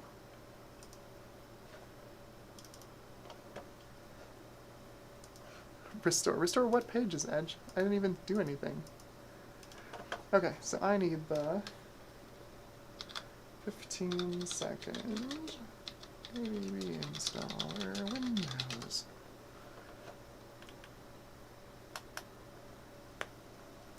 That's the one.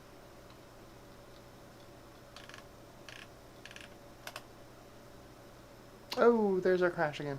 Yeah, I'm gonna have to turn off virtualization, I think, and do this a different way. Oh well, bummer. Let's see if we can make that work. Let's just reboot again and turn off virtualization. This thing does not like old style AMD virtualization. It is not a happy camper.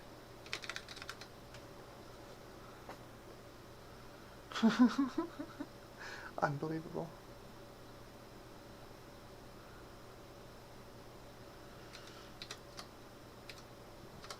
Alright, virtualization is off.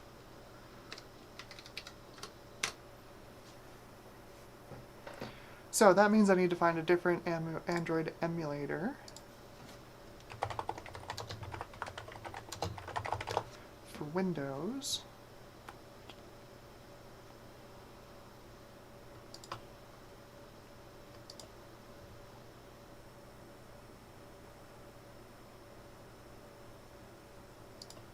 Looks like that might be BlueStacks?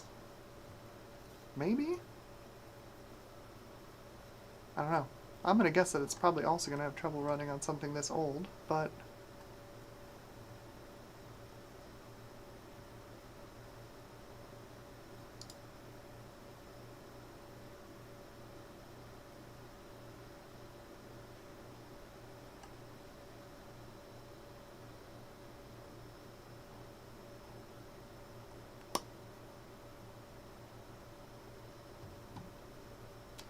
Needs up-to-date graphics drivers from Microsoft or the chipset vendor. Alright, well let's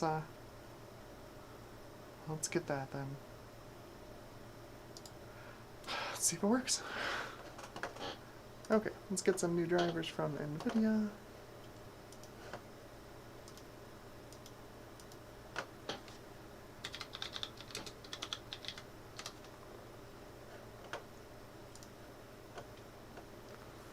Bum, bum, bum. Definitely not 40 series. GeForce 400. There's us, GT 420. Yeah, Windows 10 64-bit driver should work.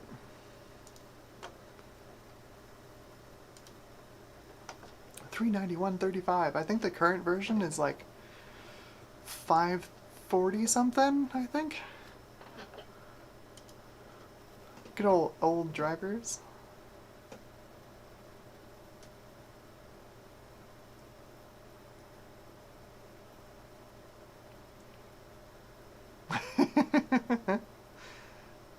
NVIDIA says, at this point I'm amazed it works at all. Well, yeah, honestly, I'm kind of amazed this is functioning. I put 16 gigs of RAM in this thing, but it looks like it super doesn't need it. Jeez, every single time it gets just the wrong size. Because we're only using 2.5 gigs of RAM. It's got 16 gigs of unknown RAM. Great. Yeah, I'm sure that's not a problem. I'm sure that's not a problem. It does detect the speed correctly. 1333 megahertz. It's weird that it says it's unknown because it's just DDR3. Nothing special. Okay, so that's our NVIDIA graphics drivers. Let's go ahead and run those, install them. Make sure we have the last version of drivers ever made for the platform. What is this thing doing?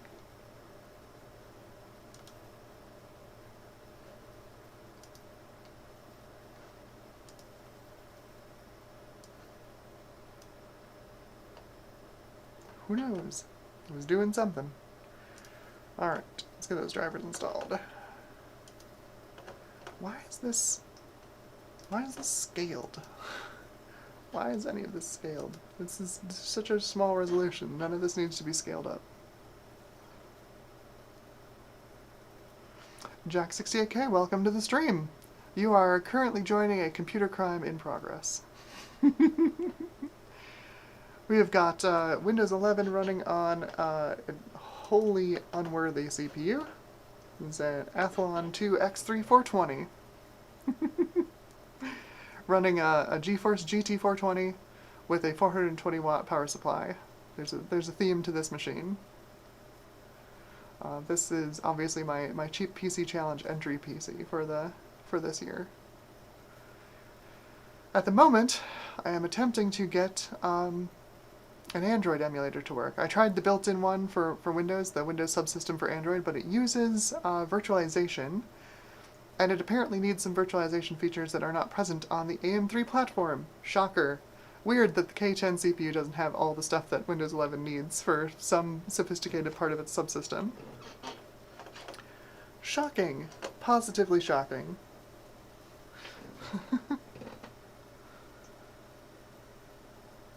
So at the moment, I'm just updating graphics drivers before we continue. I'm going to try and get BlueStacks on here. BlueStacks is apparently an Android emulator that's used for, like, Android gaming on Windows?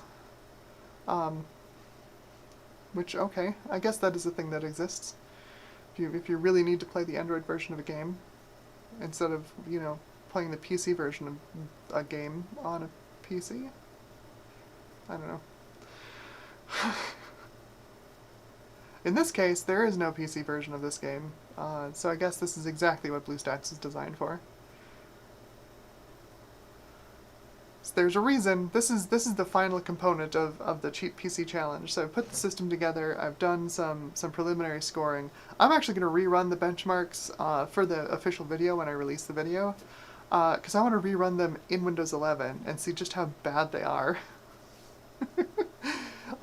But the last part of the Cheap PC Challenge is always do the most ridiculous thing with the computer that you can. And in this case, I'm going to emulate Android on it and play a particular game that's also within the theme of the system. So let's get our graphics drivers installed. Yep.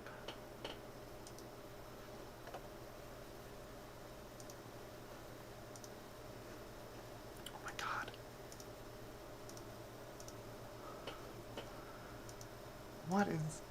What?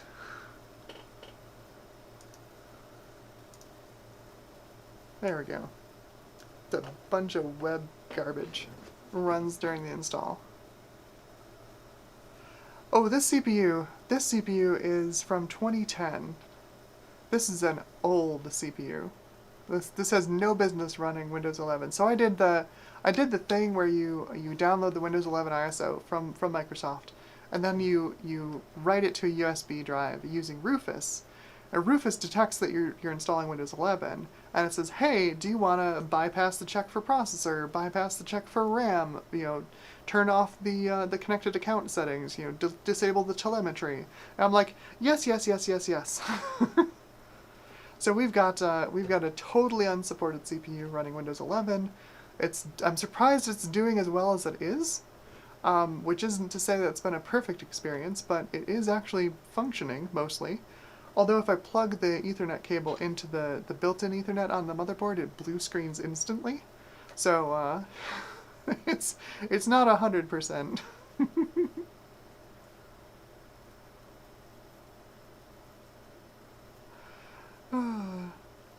Well, you know, they removed Internet Explorer. There's no Internet Explorer anymore. Never mind that was definitely the Internet Explorer script debug window there. That's a figment of your imagination. There's no Internet Explorer anymore. It's definitely not still built into the core of the OS in 2023.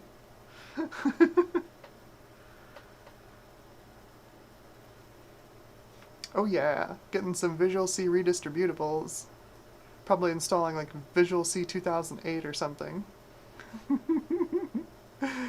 Oh. So this is you know, it's the GT420. It is technically Fermi. I don't think, well, maybe the 405. Most of the Fermi lineup was actually, you know, from Fermi Silicon. Like when NVIDIA released, what was it? Oh, Kepler. I know with Kepler, like half of the lineup was Kepler and half of the lineup was still Fermi. You know, all the low end cards just got badge engineered and turned into 600 series or whatever GPUs. Fermi did actually move the whole stack over to Fermi Silicon, so this is an actual, you know, DX11 compatible Fermi GPU. I think we've got a total of like 16 shaders on this thing, something like that. It's awful. It is awful.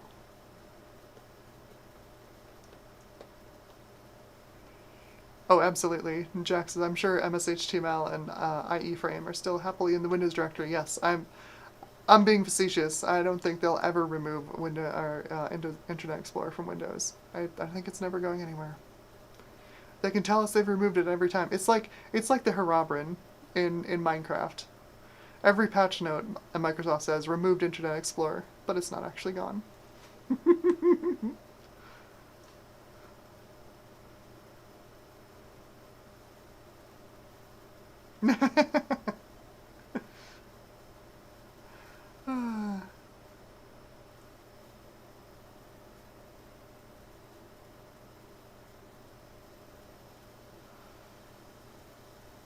Oh, looks like we got the driver installed. There we go. I'm sure this will do this one more time.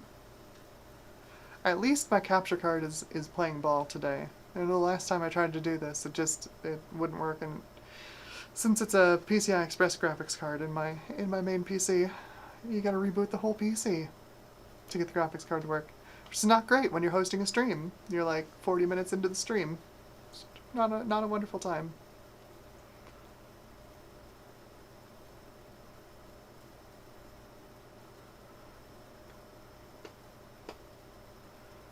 We did last stream. I unboxed the internals of a beige G3 desktop that that Garth Beagle sent over. That does exist. That is right over here. There it is. Sitting pretty right on the desk there. I've just got it stuffed into the alpha version of the PowerMac 7200 recasing project stand that I've got there. It's not quite a test bench. For my 7200, I bought it on eBay for like $30 and free shipping, and there's a reason it was free shipping. So it arrived to me basically, all the internal plastics were shredded. So I ended up just recasing it, just pulling all the internals out and designing a test bench case to fit all the stuff in. And that is actually sitting quite happily over in the corner here. Let me show you. See if we can get this to reach all the way. But that's way back there. You can see just past the Mac Plus. If I move these cables out of the way. Right back there is my 7200. And then there on the desk, right here, is the beige G3, all of its components, including the big honkin' personality card. That's basically, at this point, I am waiting for some fresh batteries for my calipers before I design an actual test bench case for it, because this thing decided to die on me, like, almost right at the end. I had like 3 more things to measure on the 7200's test bench, and then this thing decides to die on me. Is it even going to do anything today? No. Yeah, it doesn't. Battery's dead. I've got batteries on the way. I think they may have arrived. I got a package delivery notice this morning, so maybe they're there. But yeah, then once I've got the stuff for that, that's going to be the next project, making the test bench case for the beige G3. That should be fun. Okay, so we've got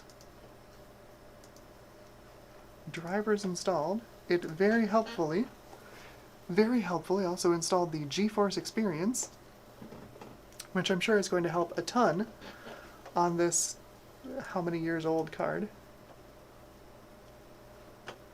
Yeah, that's fine, go away. Okay, let's see, we need to get BlueStacks. Go away. Let's see.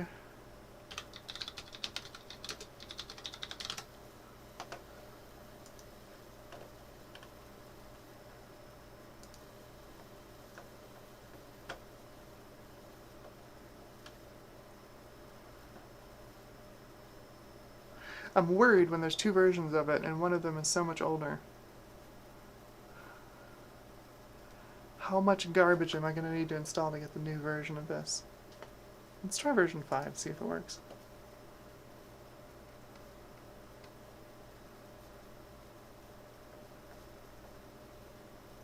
Anybody?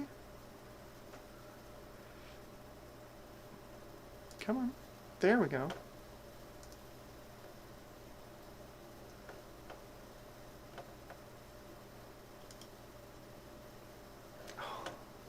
What is it doing? What is it doing?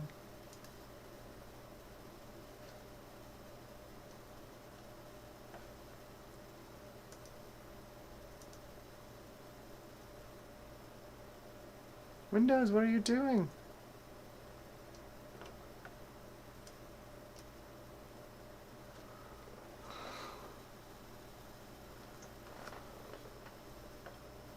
It has to be like installing a bunch of garbage from the Microsoft Store.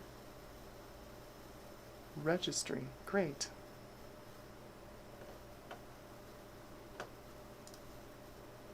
Well, it stopped. Well, that's good.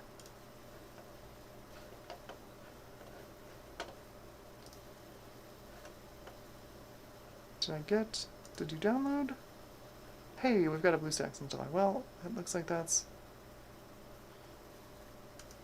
Is that an app or a download thing? That looks gross. Look at the size of that file name.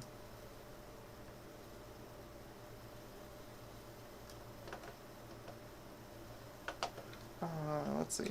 Press Alt? No. View? No. That's file properties. Turn on file extensions. How far have they buried it this time? Looks like they buried it in here.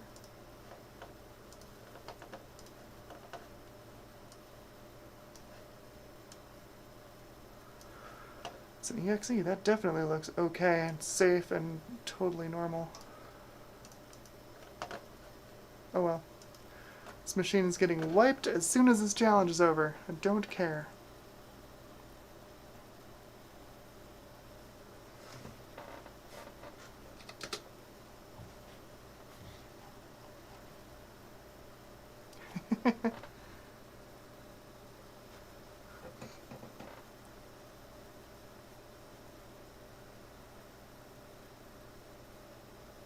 Oh god. Rick says, imagine if they built Windows from scratch with everything new. Imagine how many companies would revolt when none of the millions of pieces of legacy software work anymore. Like, yeah. Yeah. Yeah. Like there's an enormous amount. I don't know if you're aware of like how Windows compatibility works.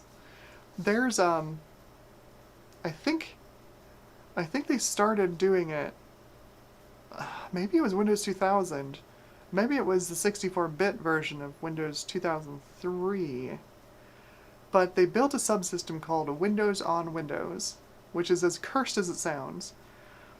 It literally virtualizes Windows inside Windows, and it means that you can run like older versions of Windows on top of a newer version of Windows. And like this has been continued, like this was novel back in like the, you know, Windows 2000, 2003 XP era, because you could run like Win9x stuff, you know, like stuff that's still talking to like 16-bit, you know, net sockets or whatever. Who knows, right? It doesn't matter. You just load up some compatibility libraries for Windows 9X, 98 or 95, and just run that program. The program doesn't even know it's running under Windows XP. It's great. Except that it's been going on since Windows 2000 or whatever, whenever they started doing this Windows on Windows garbage. And now we've got Windows on Windows 64. If you've ever been in your Windows folder and you've seen syswow64, that's what that means. That's the system folder for Windows on Windows 64. And that's how you run 32-bit apps on top of a 64-bit Windows. Because that's how Microsoft decided to implement, you know, the 6432 compatibility layer. Let's just run another copy of Windows on top of it, because it's fine. It is so cursed. It is so cursed. Okay, customize installation. What do we got? Just checks going in. Hopefully this works.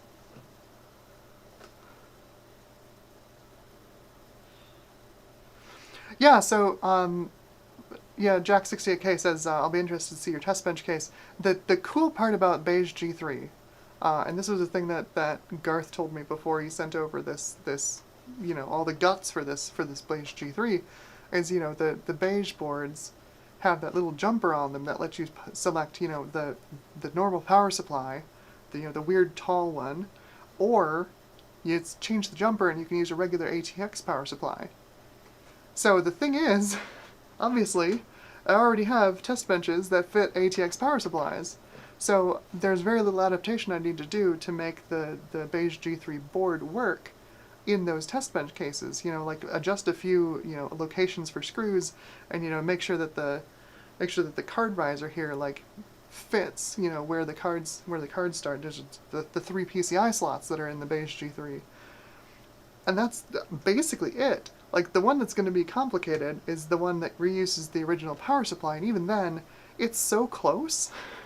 It's so close to the 7200 that, like I showed you, I literally have it all piled into the alpha version of that case. There's very little I'm going to have to do to change that to get it to still work.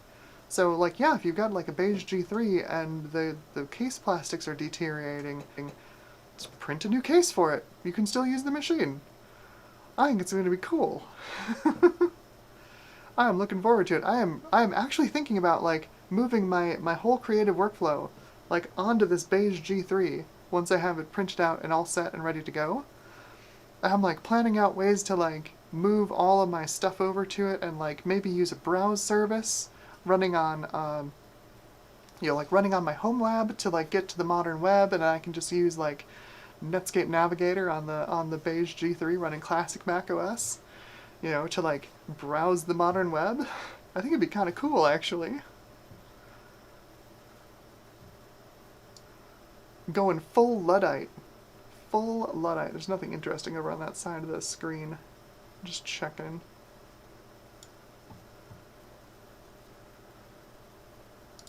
So far so good. It's installing. It is currently extracting. This is going to take a little bit because this is not a DRAM full SSD. It's one of those cheap, quad layer DRAM-less SSDs. Oh, it looks like it's going pretty well, though. I think these 240 gig drives from ADATA are like $18 at this point. It's ridiculous. It's ridiculous how cheap they are.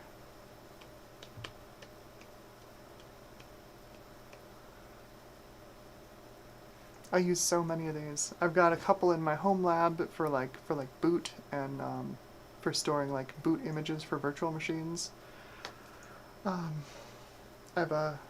had a stack of them up there, but I've used them in so many projects at this point.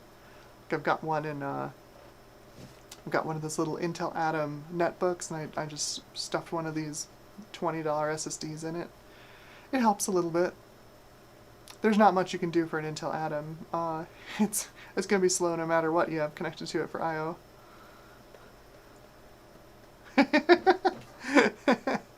Rick says, "Yo dog, we heard you like Windows." Yeah, so we put some Windows in your Windows. It's super cursed. And like the split, this divide exists inside the registry, not to the same extent as like the compatibility libraries. So if I run regedit,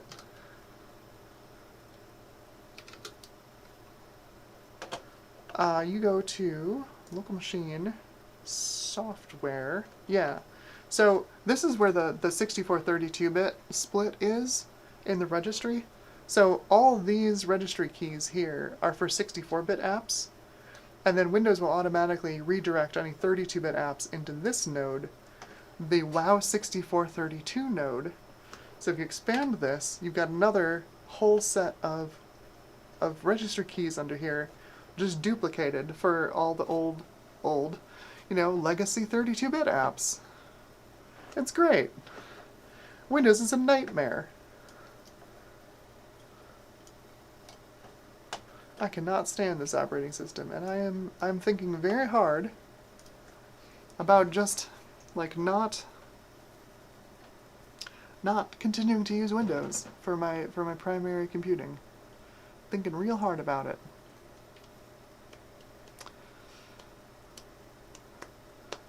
A lot of my creative process stuff I can do on Linux.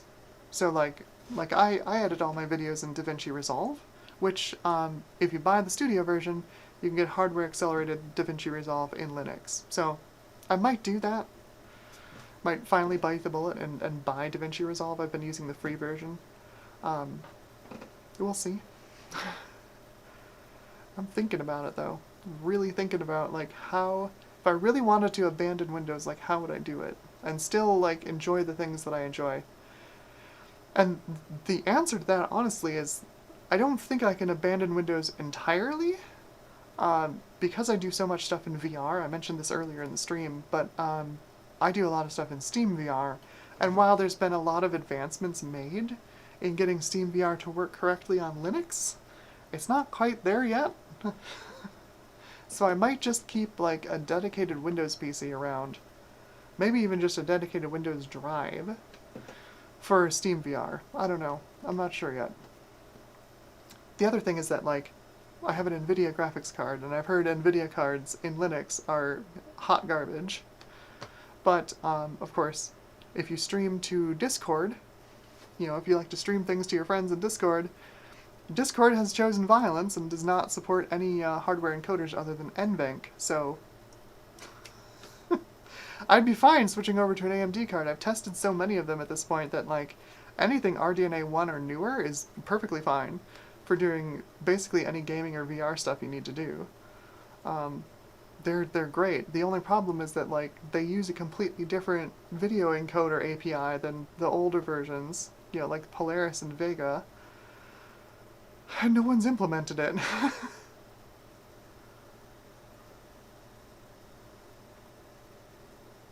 Uh-oh. BlueStacks is currently limited to using one CPU core on your PC. Let me guess. The FAQ says I need to buy it to unlock more than one core. Let me guess. Oh no, have to enable the virtualization. Okay, so that's all. No thanks, we know what happens when I enable virtualization on this machine. Okay, well that's alright. The game I'm going to try and load on this thing is, it's not super CPU dependent, I don't think. Okay, so if I need to load a game into BlueStacks, sideload a game, BlueStacks.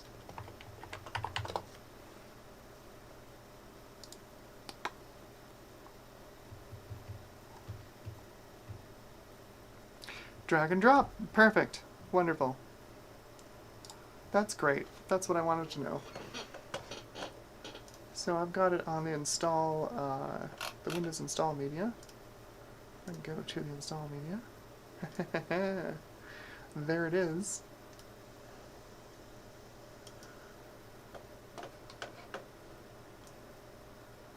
Here we go. This is... Come on, I just copied you to the... Oh, there it is.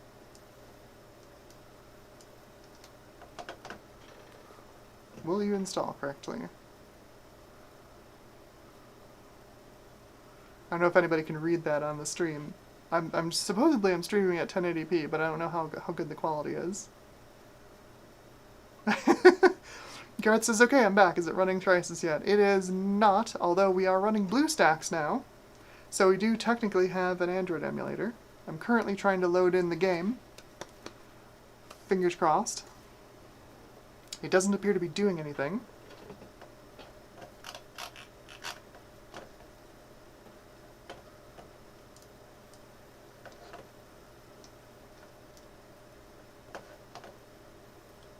Let's see if I'm loading this into the wrong place.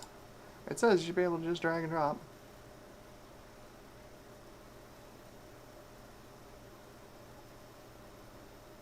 There's also an install APK option on a menu that does not appear on this screen. Great. I love it when app makers change their whole UI. Every version. That's wonderful.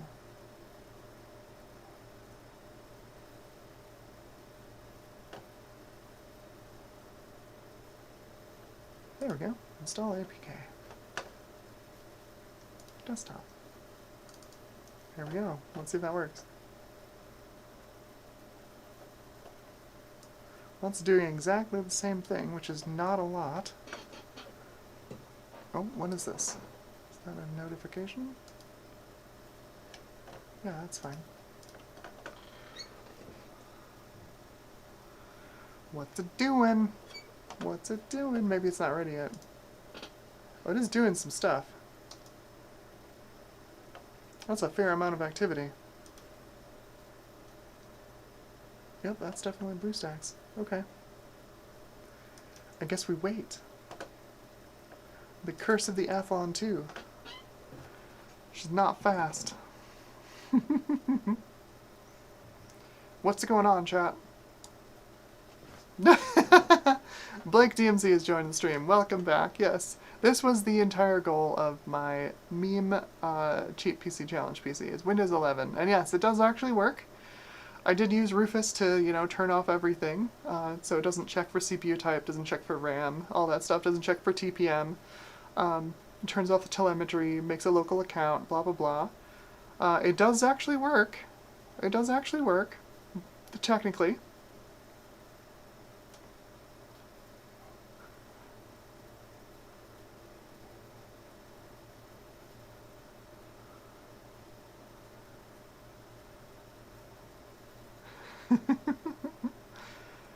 The idea with using Windows 11 is I was trying to use the built-in Android emulator, the Windows subsystem for Android. It turns out, in order to do that, you have to turn on virtualization. And as soon as I turned on virtualization on this thing, it became completely unstable and in fact blue screened a couple of times.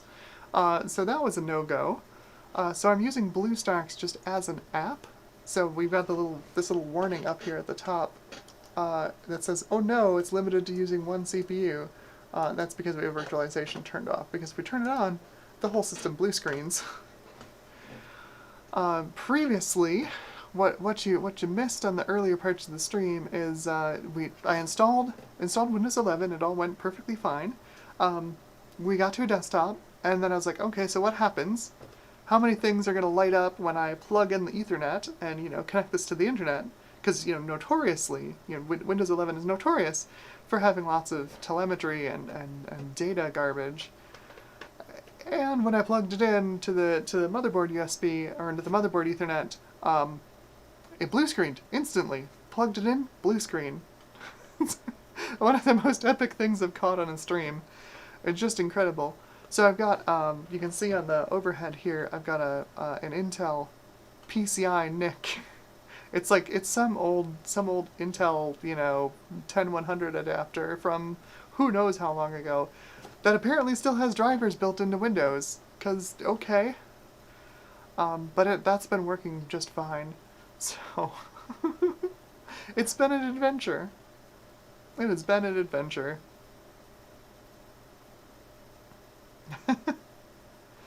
And Garth says, don't abandon Windows, just use it for what you need to use it for. And I think that's what I'm going to do, honestly. It's like, I'm just going to use it for VR.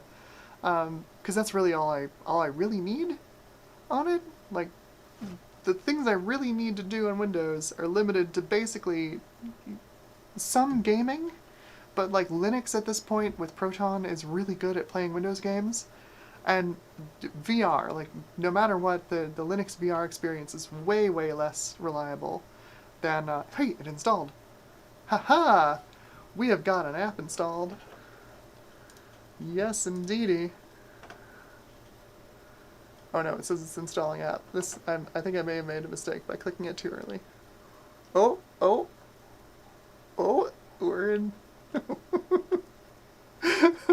we're in portrait mode. Oh boy.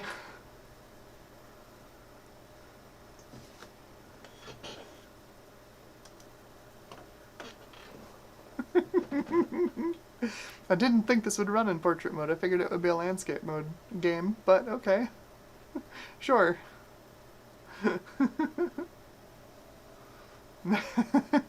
Thank you, Garth. Yes, be sure to hit the like button on the stream. It does help with the algorithm.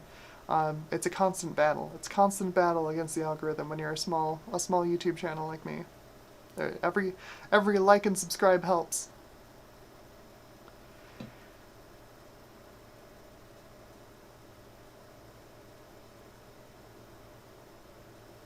Oh, okay, good. We've got ads. The ads in the BlueStacks player are working, so that's a plus. Oh boy. Silent auto-playing video, great, love it. Look at how much CPU usage all these ads are generating. Get away. Unbelievable. Well, I was wondering what BlueStacks' you know, what their business model was, and like I guess that's what this is. That's what it is. Another auto-playing video, nice. Can I close that one? Nope. Can I pause it?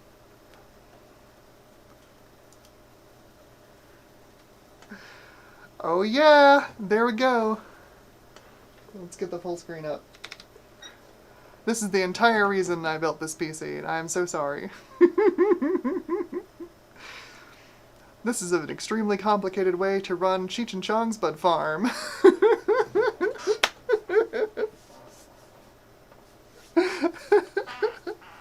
Oh my god. This is so stupid. I love that this works. Oh.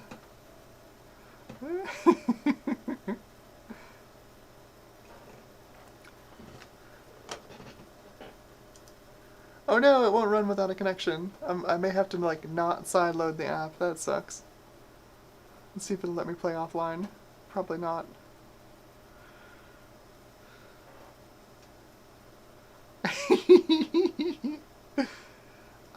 Yeah, I'm gonna guess that this is not gonna work. I'm gonna have to like get this through. I'll probably have to get this through a Play Store or something.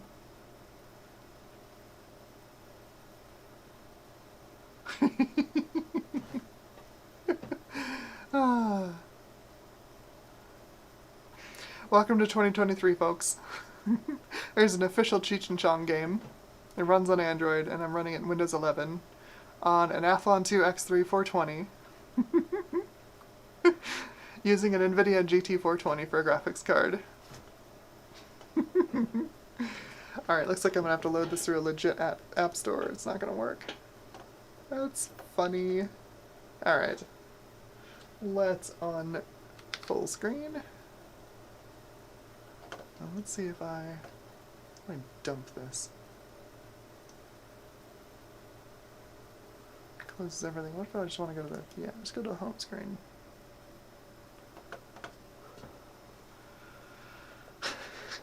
So funny. Do we have Play services? Do we actually have Play services on this thing? Can I get this through the Play Store?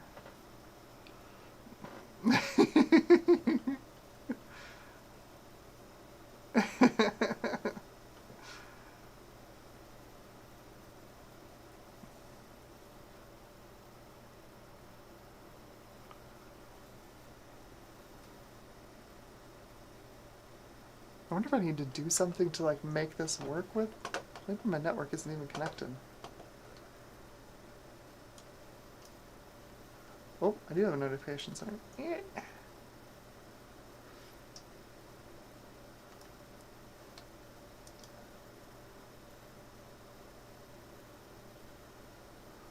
We have settings. Not a lot of settings.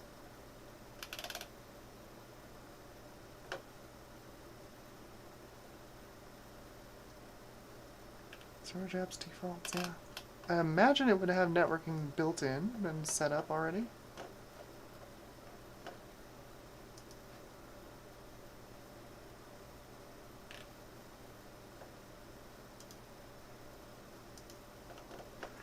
Okay, so Google Play is opening. Slowly. Very slowly.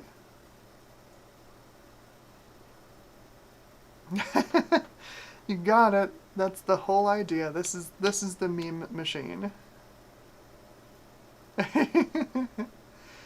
It would definitely be a 420 Blazin Windows XP gaming machine. Even with the whole, I think 16. I think we've got 16 unified shaders on this graphics card. Let me double check. Let's see. List of NVIDIA GPUs. consumer cards, oh, desktop cards, 400 series, GT420. Sorry, 48. We have 48. The GeForce 405 was 16. That was 16 Tesla shaders. So that they did actually release a single DX10 Tesla card for the Fermi generation. Everything else was Fermi though. We have 48 shaders, 4 texture mapping units, 4, and 4 render outputs.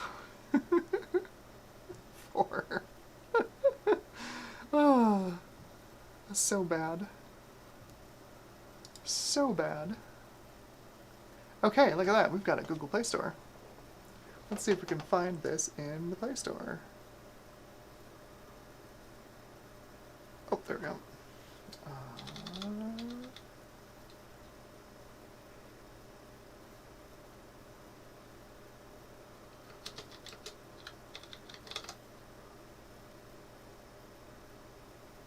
She's not fast. She's sure not fast.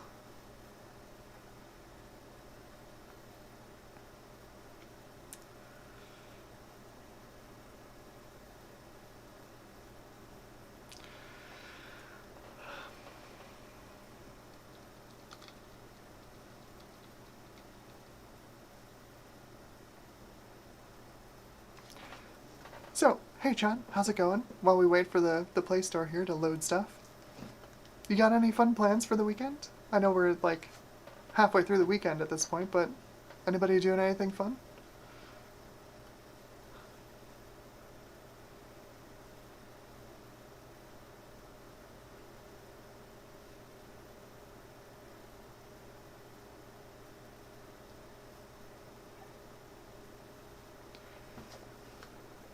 Okay, so it sees this as installed. I wonder if I can reinstall it.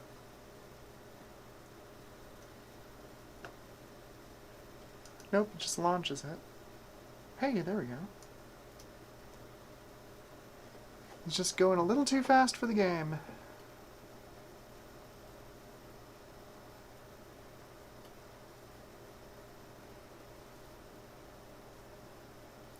This is silly. I love this.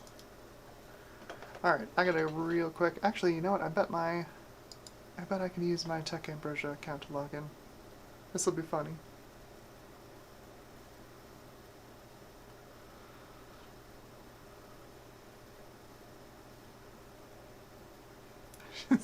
She is not fast. Oh gosh. Not quick at all. But yeah, anything, y'all got anything fun going on this weekend? Not seeing a lot of responses in the chat, come on. Nobody doing anything this weekend?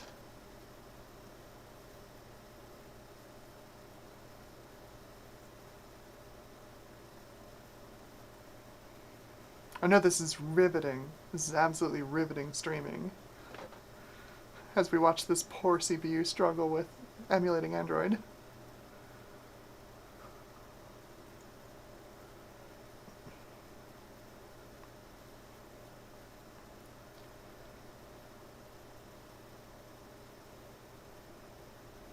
Okay, here we go. Let's see if we can sign in.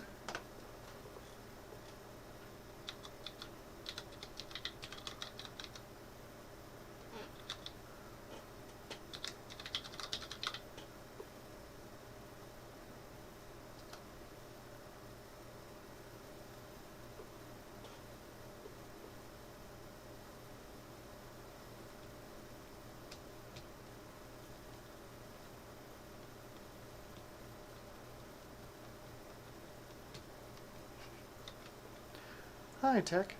That's right. We're doing real high-tech stuff today.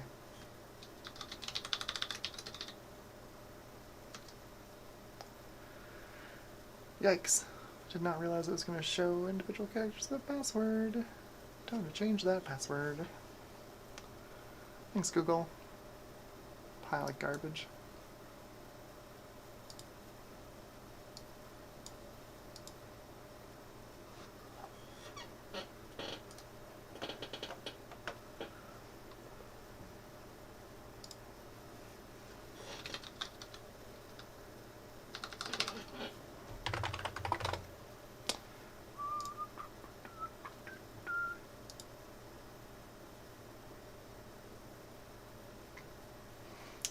Ian Scott says, I am modeling an ISA slot bracket. Exciting times. Cool. I've done a little bit of that myself. Probably not as precisely as you're doing it, but yeah. Got my ISA storage stand here for keeping your old cards safely tucked away. I released those at the start of this month. I think it was the start of this month. What is time? But yeah, they're, you know, I call them GPU support stands, but like, you can store anything in them that's a PC card. I've got versions for PCI, AGP, PCI Express, ISA. Quite a few. Okay. Don't bother backing up to Google Drive, because this is a throwaway machine. But yeah, I'm guessing you are modeling the I/O bracket. You're talking about this part, right? You're modeling that, is my guess.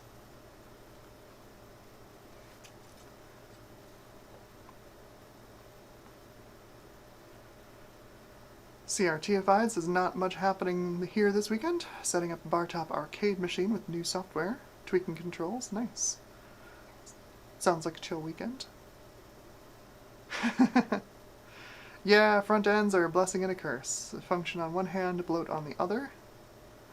Yearning for the old DOS days of writing your own batch file-based front end.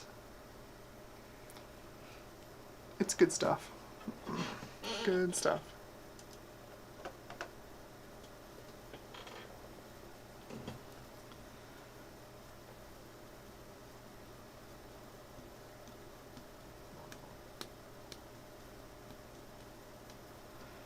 This is one of those, like this is one of those projects, the storage stands, that would make a lot of sense to like sell pre-printed. The problem is, it's impossible, because every PCB is a little bit different thickness. So you have to print these things out to fit the individual PCBs. Otherwise the card just falls out of the holder. Like this is a super early version, and I didn't have the sizing down at the time. So like this card just falls right out of this connector. The version that I released recently, I've got a sizing tool included, so like, you know, this is one of the current versions, and you know, you size it correctly, it doesn't fall out of the stand. This, by the way, is something I'm planning on doing a video on soon. It is a Mach 1 sound chip. I've never seen one of those before, and found one on eBay. Well, it was a replacement for a sound card I tried to buy on eBay, and the seller was like, "I don't have it anymore. Would you like an alternative?" Okay, so let's update our very important game here.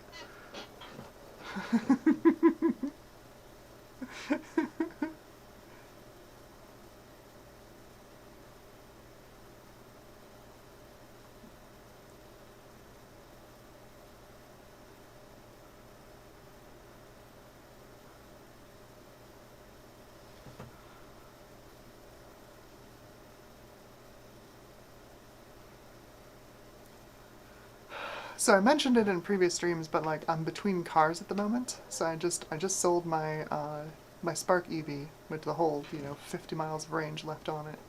It's a 15 kilowatt hour battery. I'm looking for a new car. Well, new. Ideally, I'd like to get something cheap that I can buy for cash and just like never have to worry about having a car payment again. So I'm currently in the market. I would have been shopping for cars this morning, except that I've been trying to get this stupid video edited. The $100 GPU video back here. But I would love it. The whole point of this car, because I work from home now, right? I don't commute anymore. I did some math based on, so I would take screenshots of I would take photos of the dashboard while I was charging the Spark over the 4 years that I owned it, just because like it was kind of novel to me. Like, I'm shoving 50 kilowatts of power into this car. Look at that. That's kind of cool. Side effect, I would get a picture of the odometer every time I took a photo of the dashboard. And I managed to find one from every year that I owned the car around the same time, like between April and July every year. And when I stopped commuting, when COVID happened and lockdown happened and I stopped commuting, the number of miles that I drove fell by an order of magnitude. I didn't even have that long of a commute. This was back when I was living in Southern California, and I was commuting up to, from San Diego proper up to the office park up there, and it wasn't that long of a commute. It was like, I don't know, 8 miles, something like that, 10 miles, and because I was doing it every single day, twice a day, the miles piled on, and then when lockdown happened, literally, the number of miles I put on my car went down by tenfold. Like, you just whack a zero off the end. I went from 12,000 miles a year to 1,200 miles a year. It was wild. So, like, at this point, I'm just looking for something, like, the amount that I drive is so little at this point that I could buy a V8 muscle car and I'd spend less on fuel versus electricity when I was spending on electricity for the EV than I was back when I was commuting. Like, I could do like 8 round trips up to Denver and back every year and still spend less on gas than I was spending commuting, just commuting, and not going anywhere. It's incredible how much money and gas and energy we waste commuting to work. Just commuting to work. Driving to nowhere. Boggles my mind. I didn't realize just how much it was until I stopped commuting. So, like, at this point, like, Ian just asked, like, would you want to get another EV? And, like, there's no point. Honestly, for the amount that I drive a car, there's no point in me getting an EV. There's no part of it is going to help my carbon footprint because I don't drive. I put 1,000 miles on my car a year, minus like road tripping out to like VCF, which is something I'd love to do. Even then, you're talking like, what is that going to be a round trip? Like, if I go to like VCF Midwest, right? Like that's 1,400 miles. So there's 3,000 miles. That's a quarter of what I drove just commuting.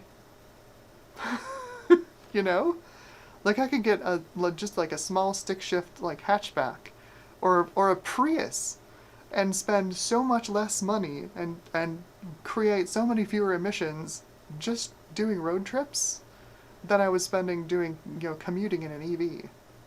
It's crazy. The time I think that an EV really makes sense is if you own a home and you can charge on solar. Uh-oh. I think that just went to sleep. I hope it just went to sleep. Yeah, okay. If you like own a home and you've got rooftop solar, you can charge your car for free, basically, right? Like, you charge it over the middle of the day when you've got the most sun, and Bob's your uncle. You drive for free at that point. Your emissions free, and it costs nothing, basically. That's where an EV makes the most sense. I'm renting, so I don't have anywhere to plug in at night. That was kind of the experiment with buying this EV, is like, I was living in Southern California, the infrastructure's really good there, and honestly, it wasn't bad. Owning an EV in Southern California, I was spending about the same amount of electricity as I would have spent putting gas in a Prius, essentially. Like, buying electricity at market rates, at public chargers. Which was fine, because, the EV was way faster than a Prius ever was going to be. It was fine. Again, there were enough charging stations that I could make it up to LA and back if I wanted to, like, do a day trip or get to my storage unit that was up there. It was fine in Southern California.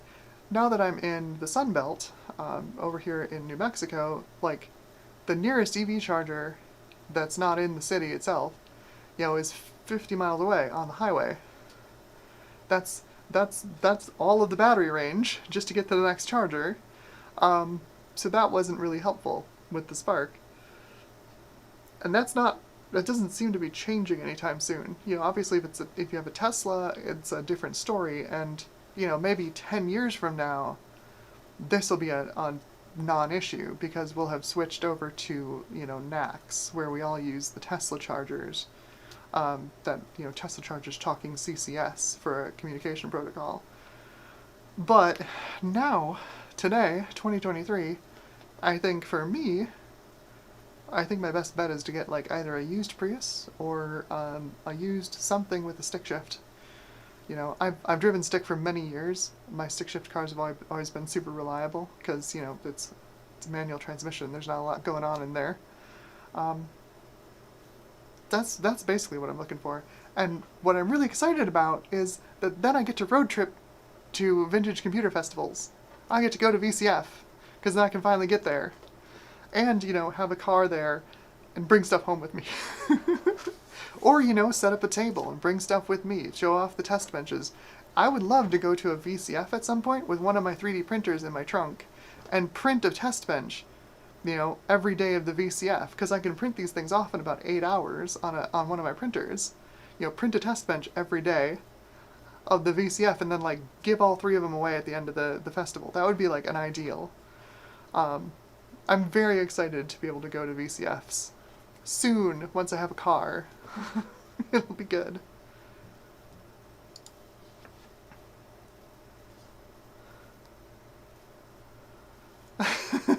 Yeah, it's not easy to find a new car with a manual transmission, that is for sure. I had a terrible realization while I was looking for cars. I had I had a weird car at one point. I've owned a lot of weird cars. I prefer to own weird cars more than anything else. It's part of the reason I got a Chevy Spark EV instead of, like, for the same price I could have gotten a first generation Chevy Bolt, right? The Bolt series hybrid.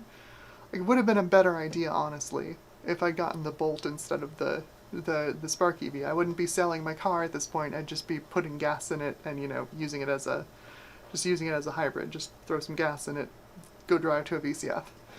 Would have made much more sense. But the Spark EV was weird because it was, you know, it was a full EV based on, you know, the Chevy Spark, and it had like a, you know, 400 foot-pounds of torque, and it went 0 to 60 in 7 seconds. It was a weird little car. I enjoyed it for the time I had it. I'm glad I don't have it anymore. But I'm totally addicted to owning weird cars. One of the weird cars I owned many years ago, was an Acura Vigor in stick shift. So if you're not familiar with the Acura Vigor, it wasn't one of Acura's first models, it was like a Gen 2.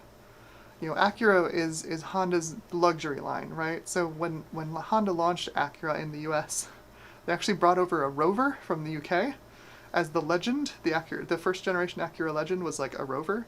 It was a terrible car, and then, you know, Honda designed their own car for the Gen 2 Legend. And when they launched the Gen 2 Legend, they also launched a smaller version, which was the Vigor.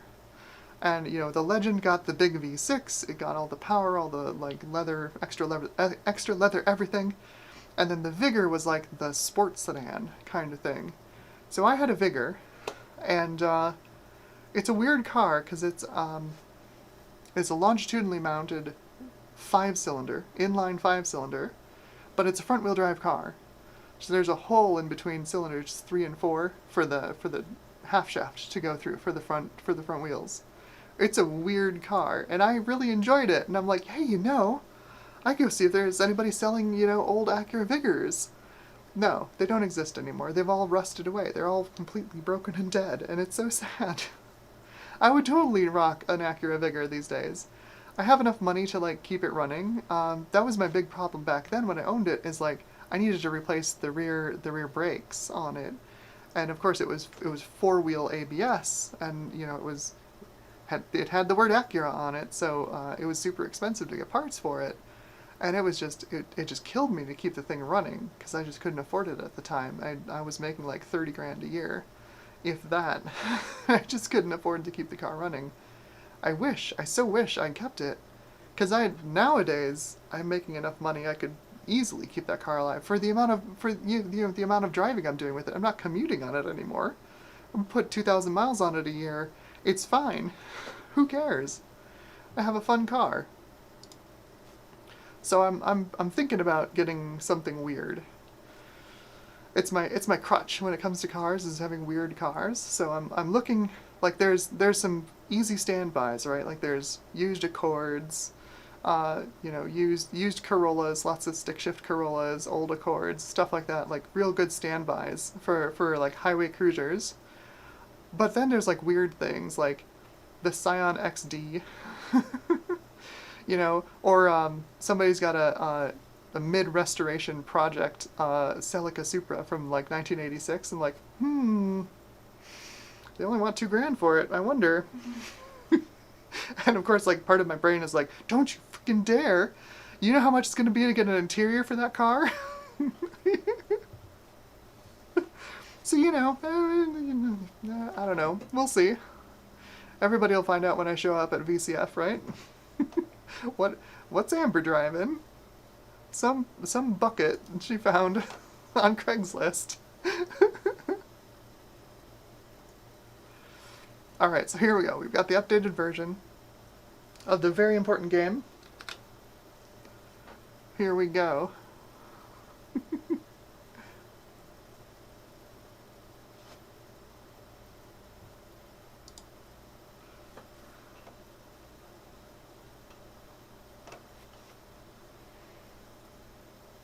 Slowly. We're gonna load up the game slowly. This machine doesn't do anything quickly.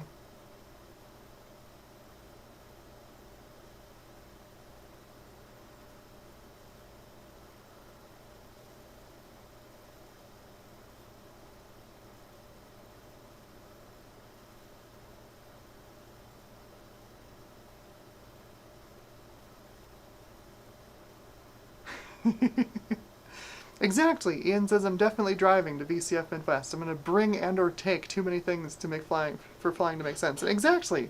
Right? Like, that's the thing. Flying would be great. It'd be nice and convenient, but like, I want to like take some stuff home with me. I want to pick up some vintage hardware. That's half the point for a VCF for me.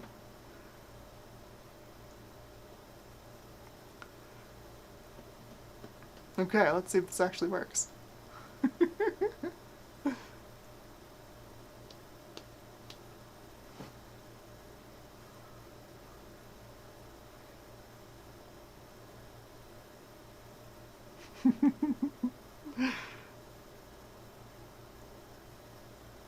I do love that the world is at this point that, you know, there's an official Cheech and Chong game. Like, it just exists. And it's like a farming simulator.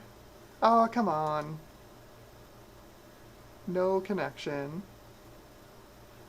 I think I'm being too quick with this. It's just, it's a little too slow to figure it out.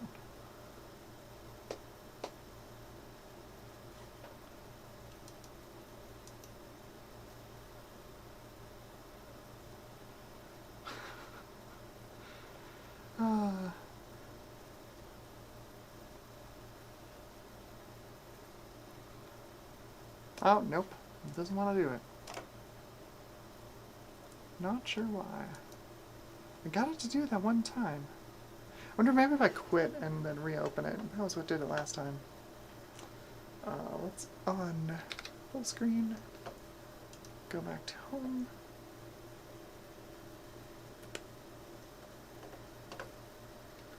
So then if I hit the app switch button,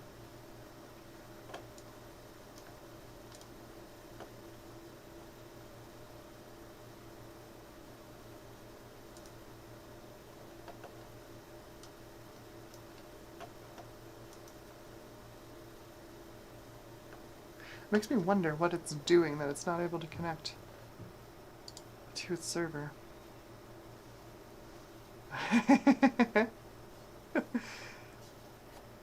Blake DMC says, go for a 60s Cadillac. You have plenty of trunk space.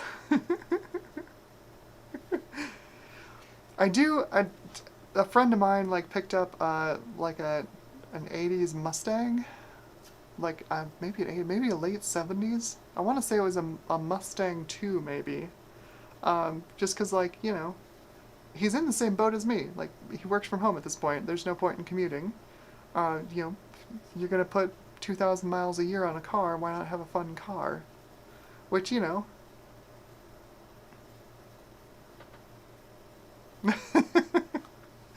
The best thing about owning a Cadillac from the 60s, if somebody hits you, it's not hurt.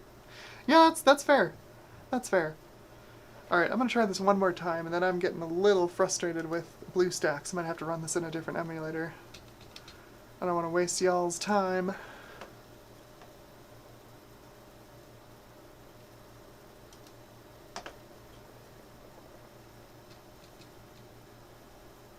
Let's see if this will go.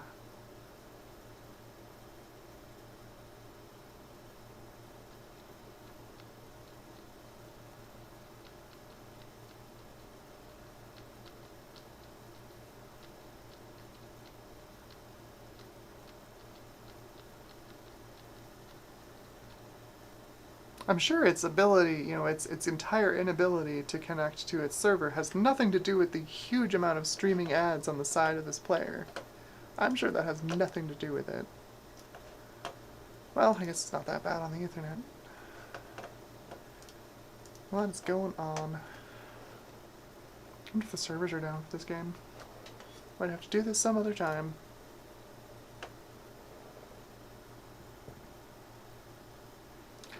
Try rebooting. Well, I guess we'll close BlueStacks and open it back up.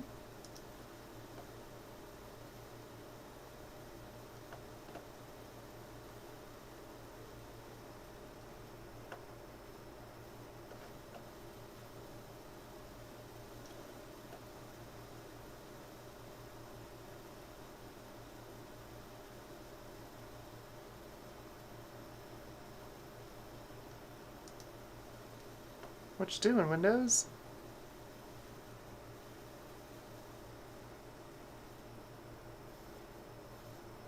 Okay, let's try that again. Fire up BlueStacks one more time.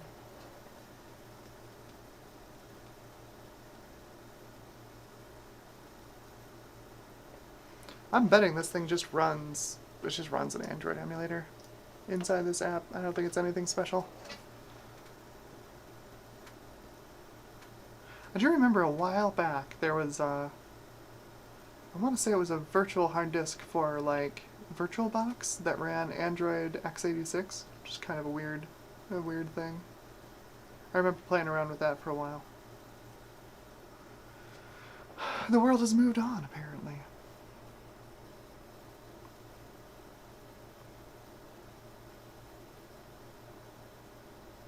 Yeah, I'm sure this is just the Android boot process with a big sticker over the top.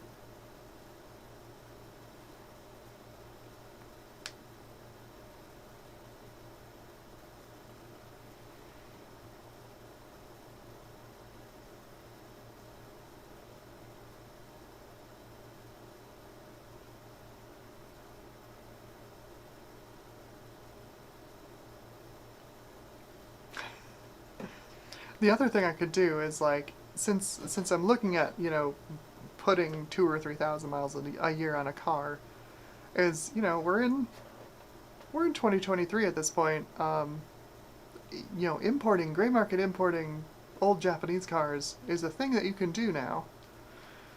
You know, because they're exempt from the inspection law. That's a possibility. I might think about that. I forget what the age gap is. I think it was 35 years? 25 years? Something like that.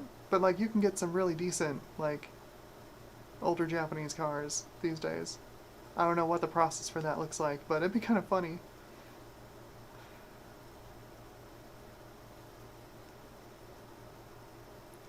Pick up, like, a 1999 Toyota Crown or something.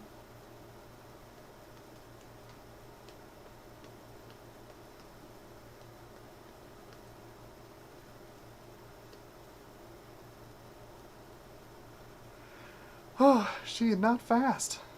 I'm looking at the simultaneous viewers count, and yeah, everybody's headed off, and that makes total sense. This is boring.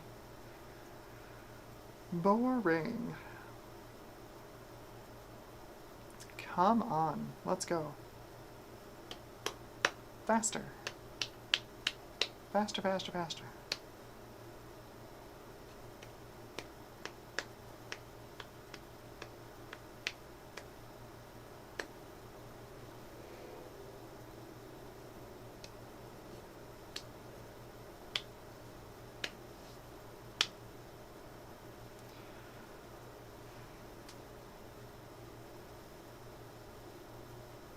Okay, we are booted up. We get an ad. Nice, full screen ad. Love it. This thing is cursed. So cursed. Okay, so let's run that.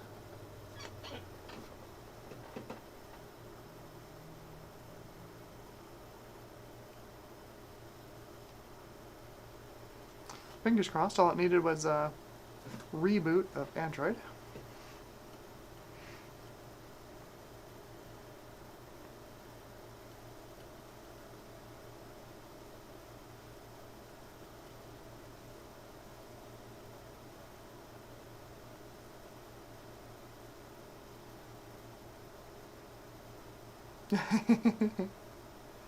A good old Crown Vic. Good old Crown Vic. Yeah, they never really appealed to me. I think because they sit more in my mind. They sit on like the normal car side of things. I don't know why. I had a couple of friends who owned Crown Vics, and like they were fine. Not particularly fast. Very big, very big. Lots of room, for sure. But like, it needs to be weirder, you know? It needs to be weirder. It needs to be something stranger.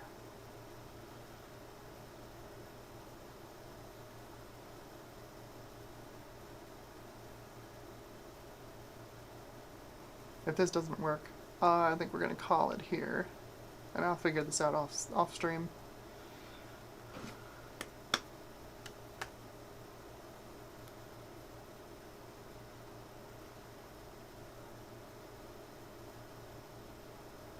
I'm guessing that is a no.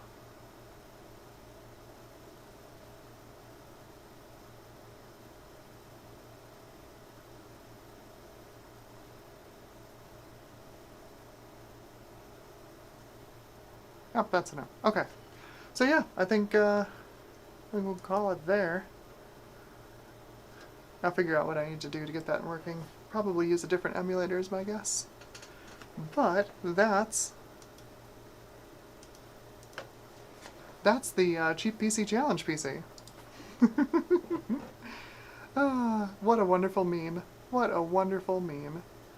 This is going to be great. Alright, folks. I'm going to switch over here and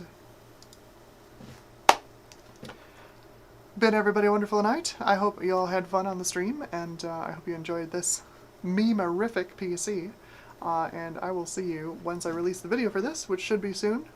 Soon, hopefully. Fingers crossed. But yeah, I hope you have a wonderful night, and enjoy the rest of your weekend, and I hope you're all doing well. Alright? Take care. Have a wonderful night.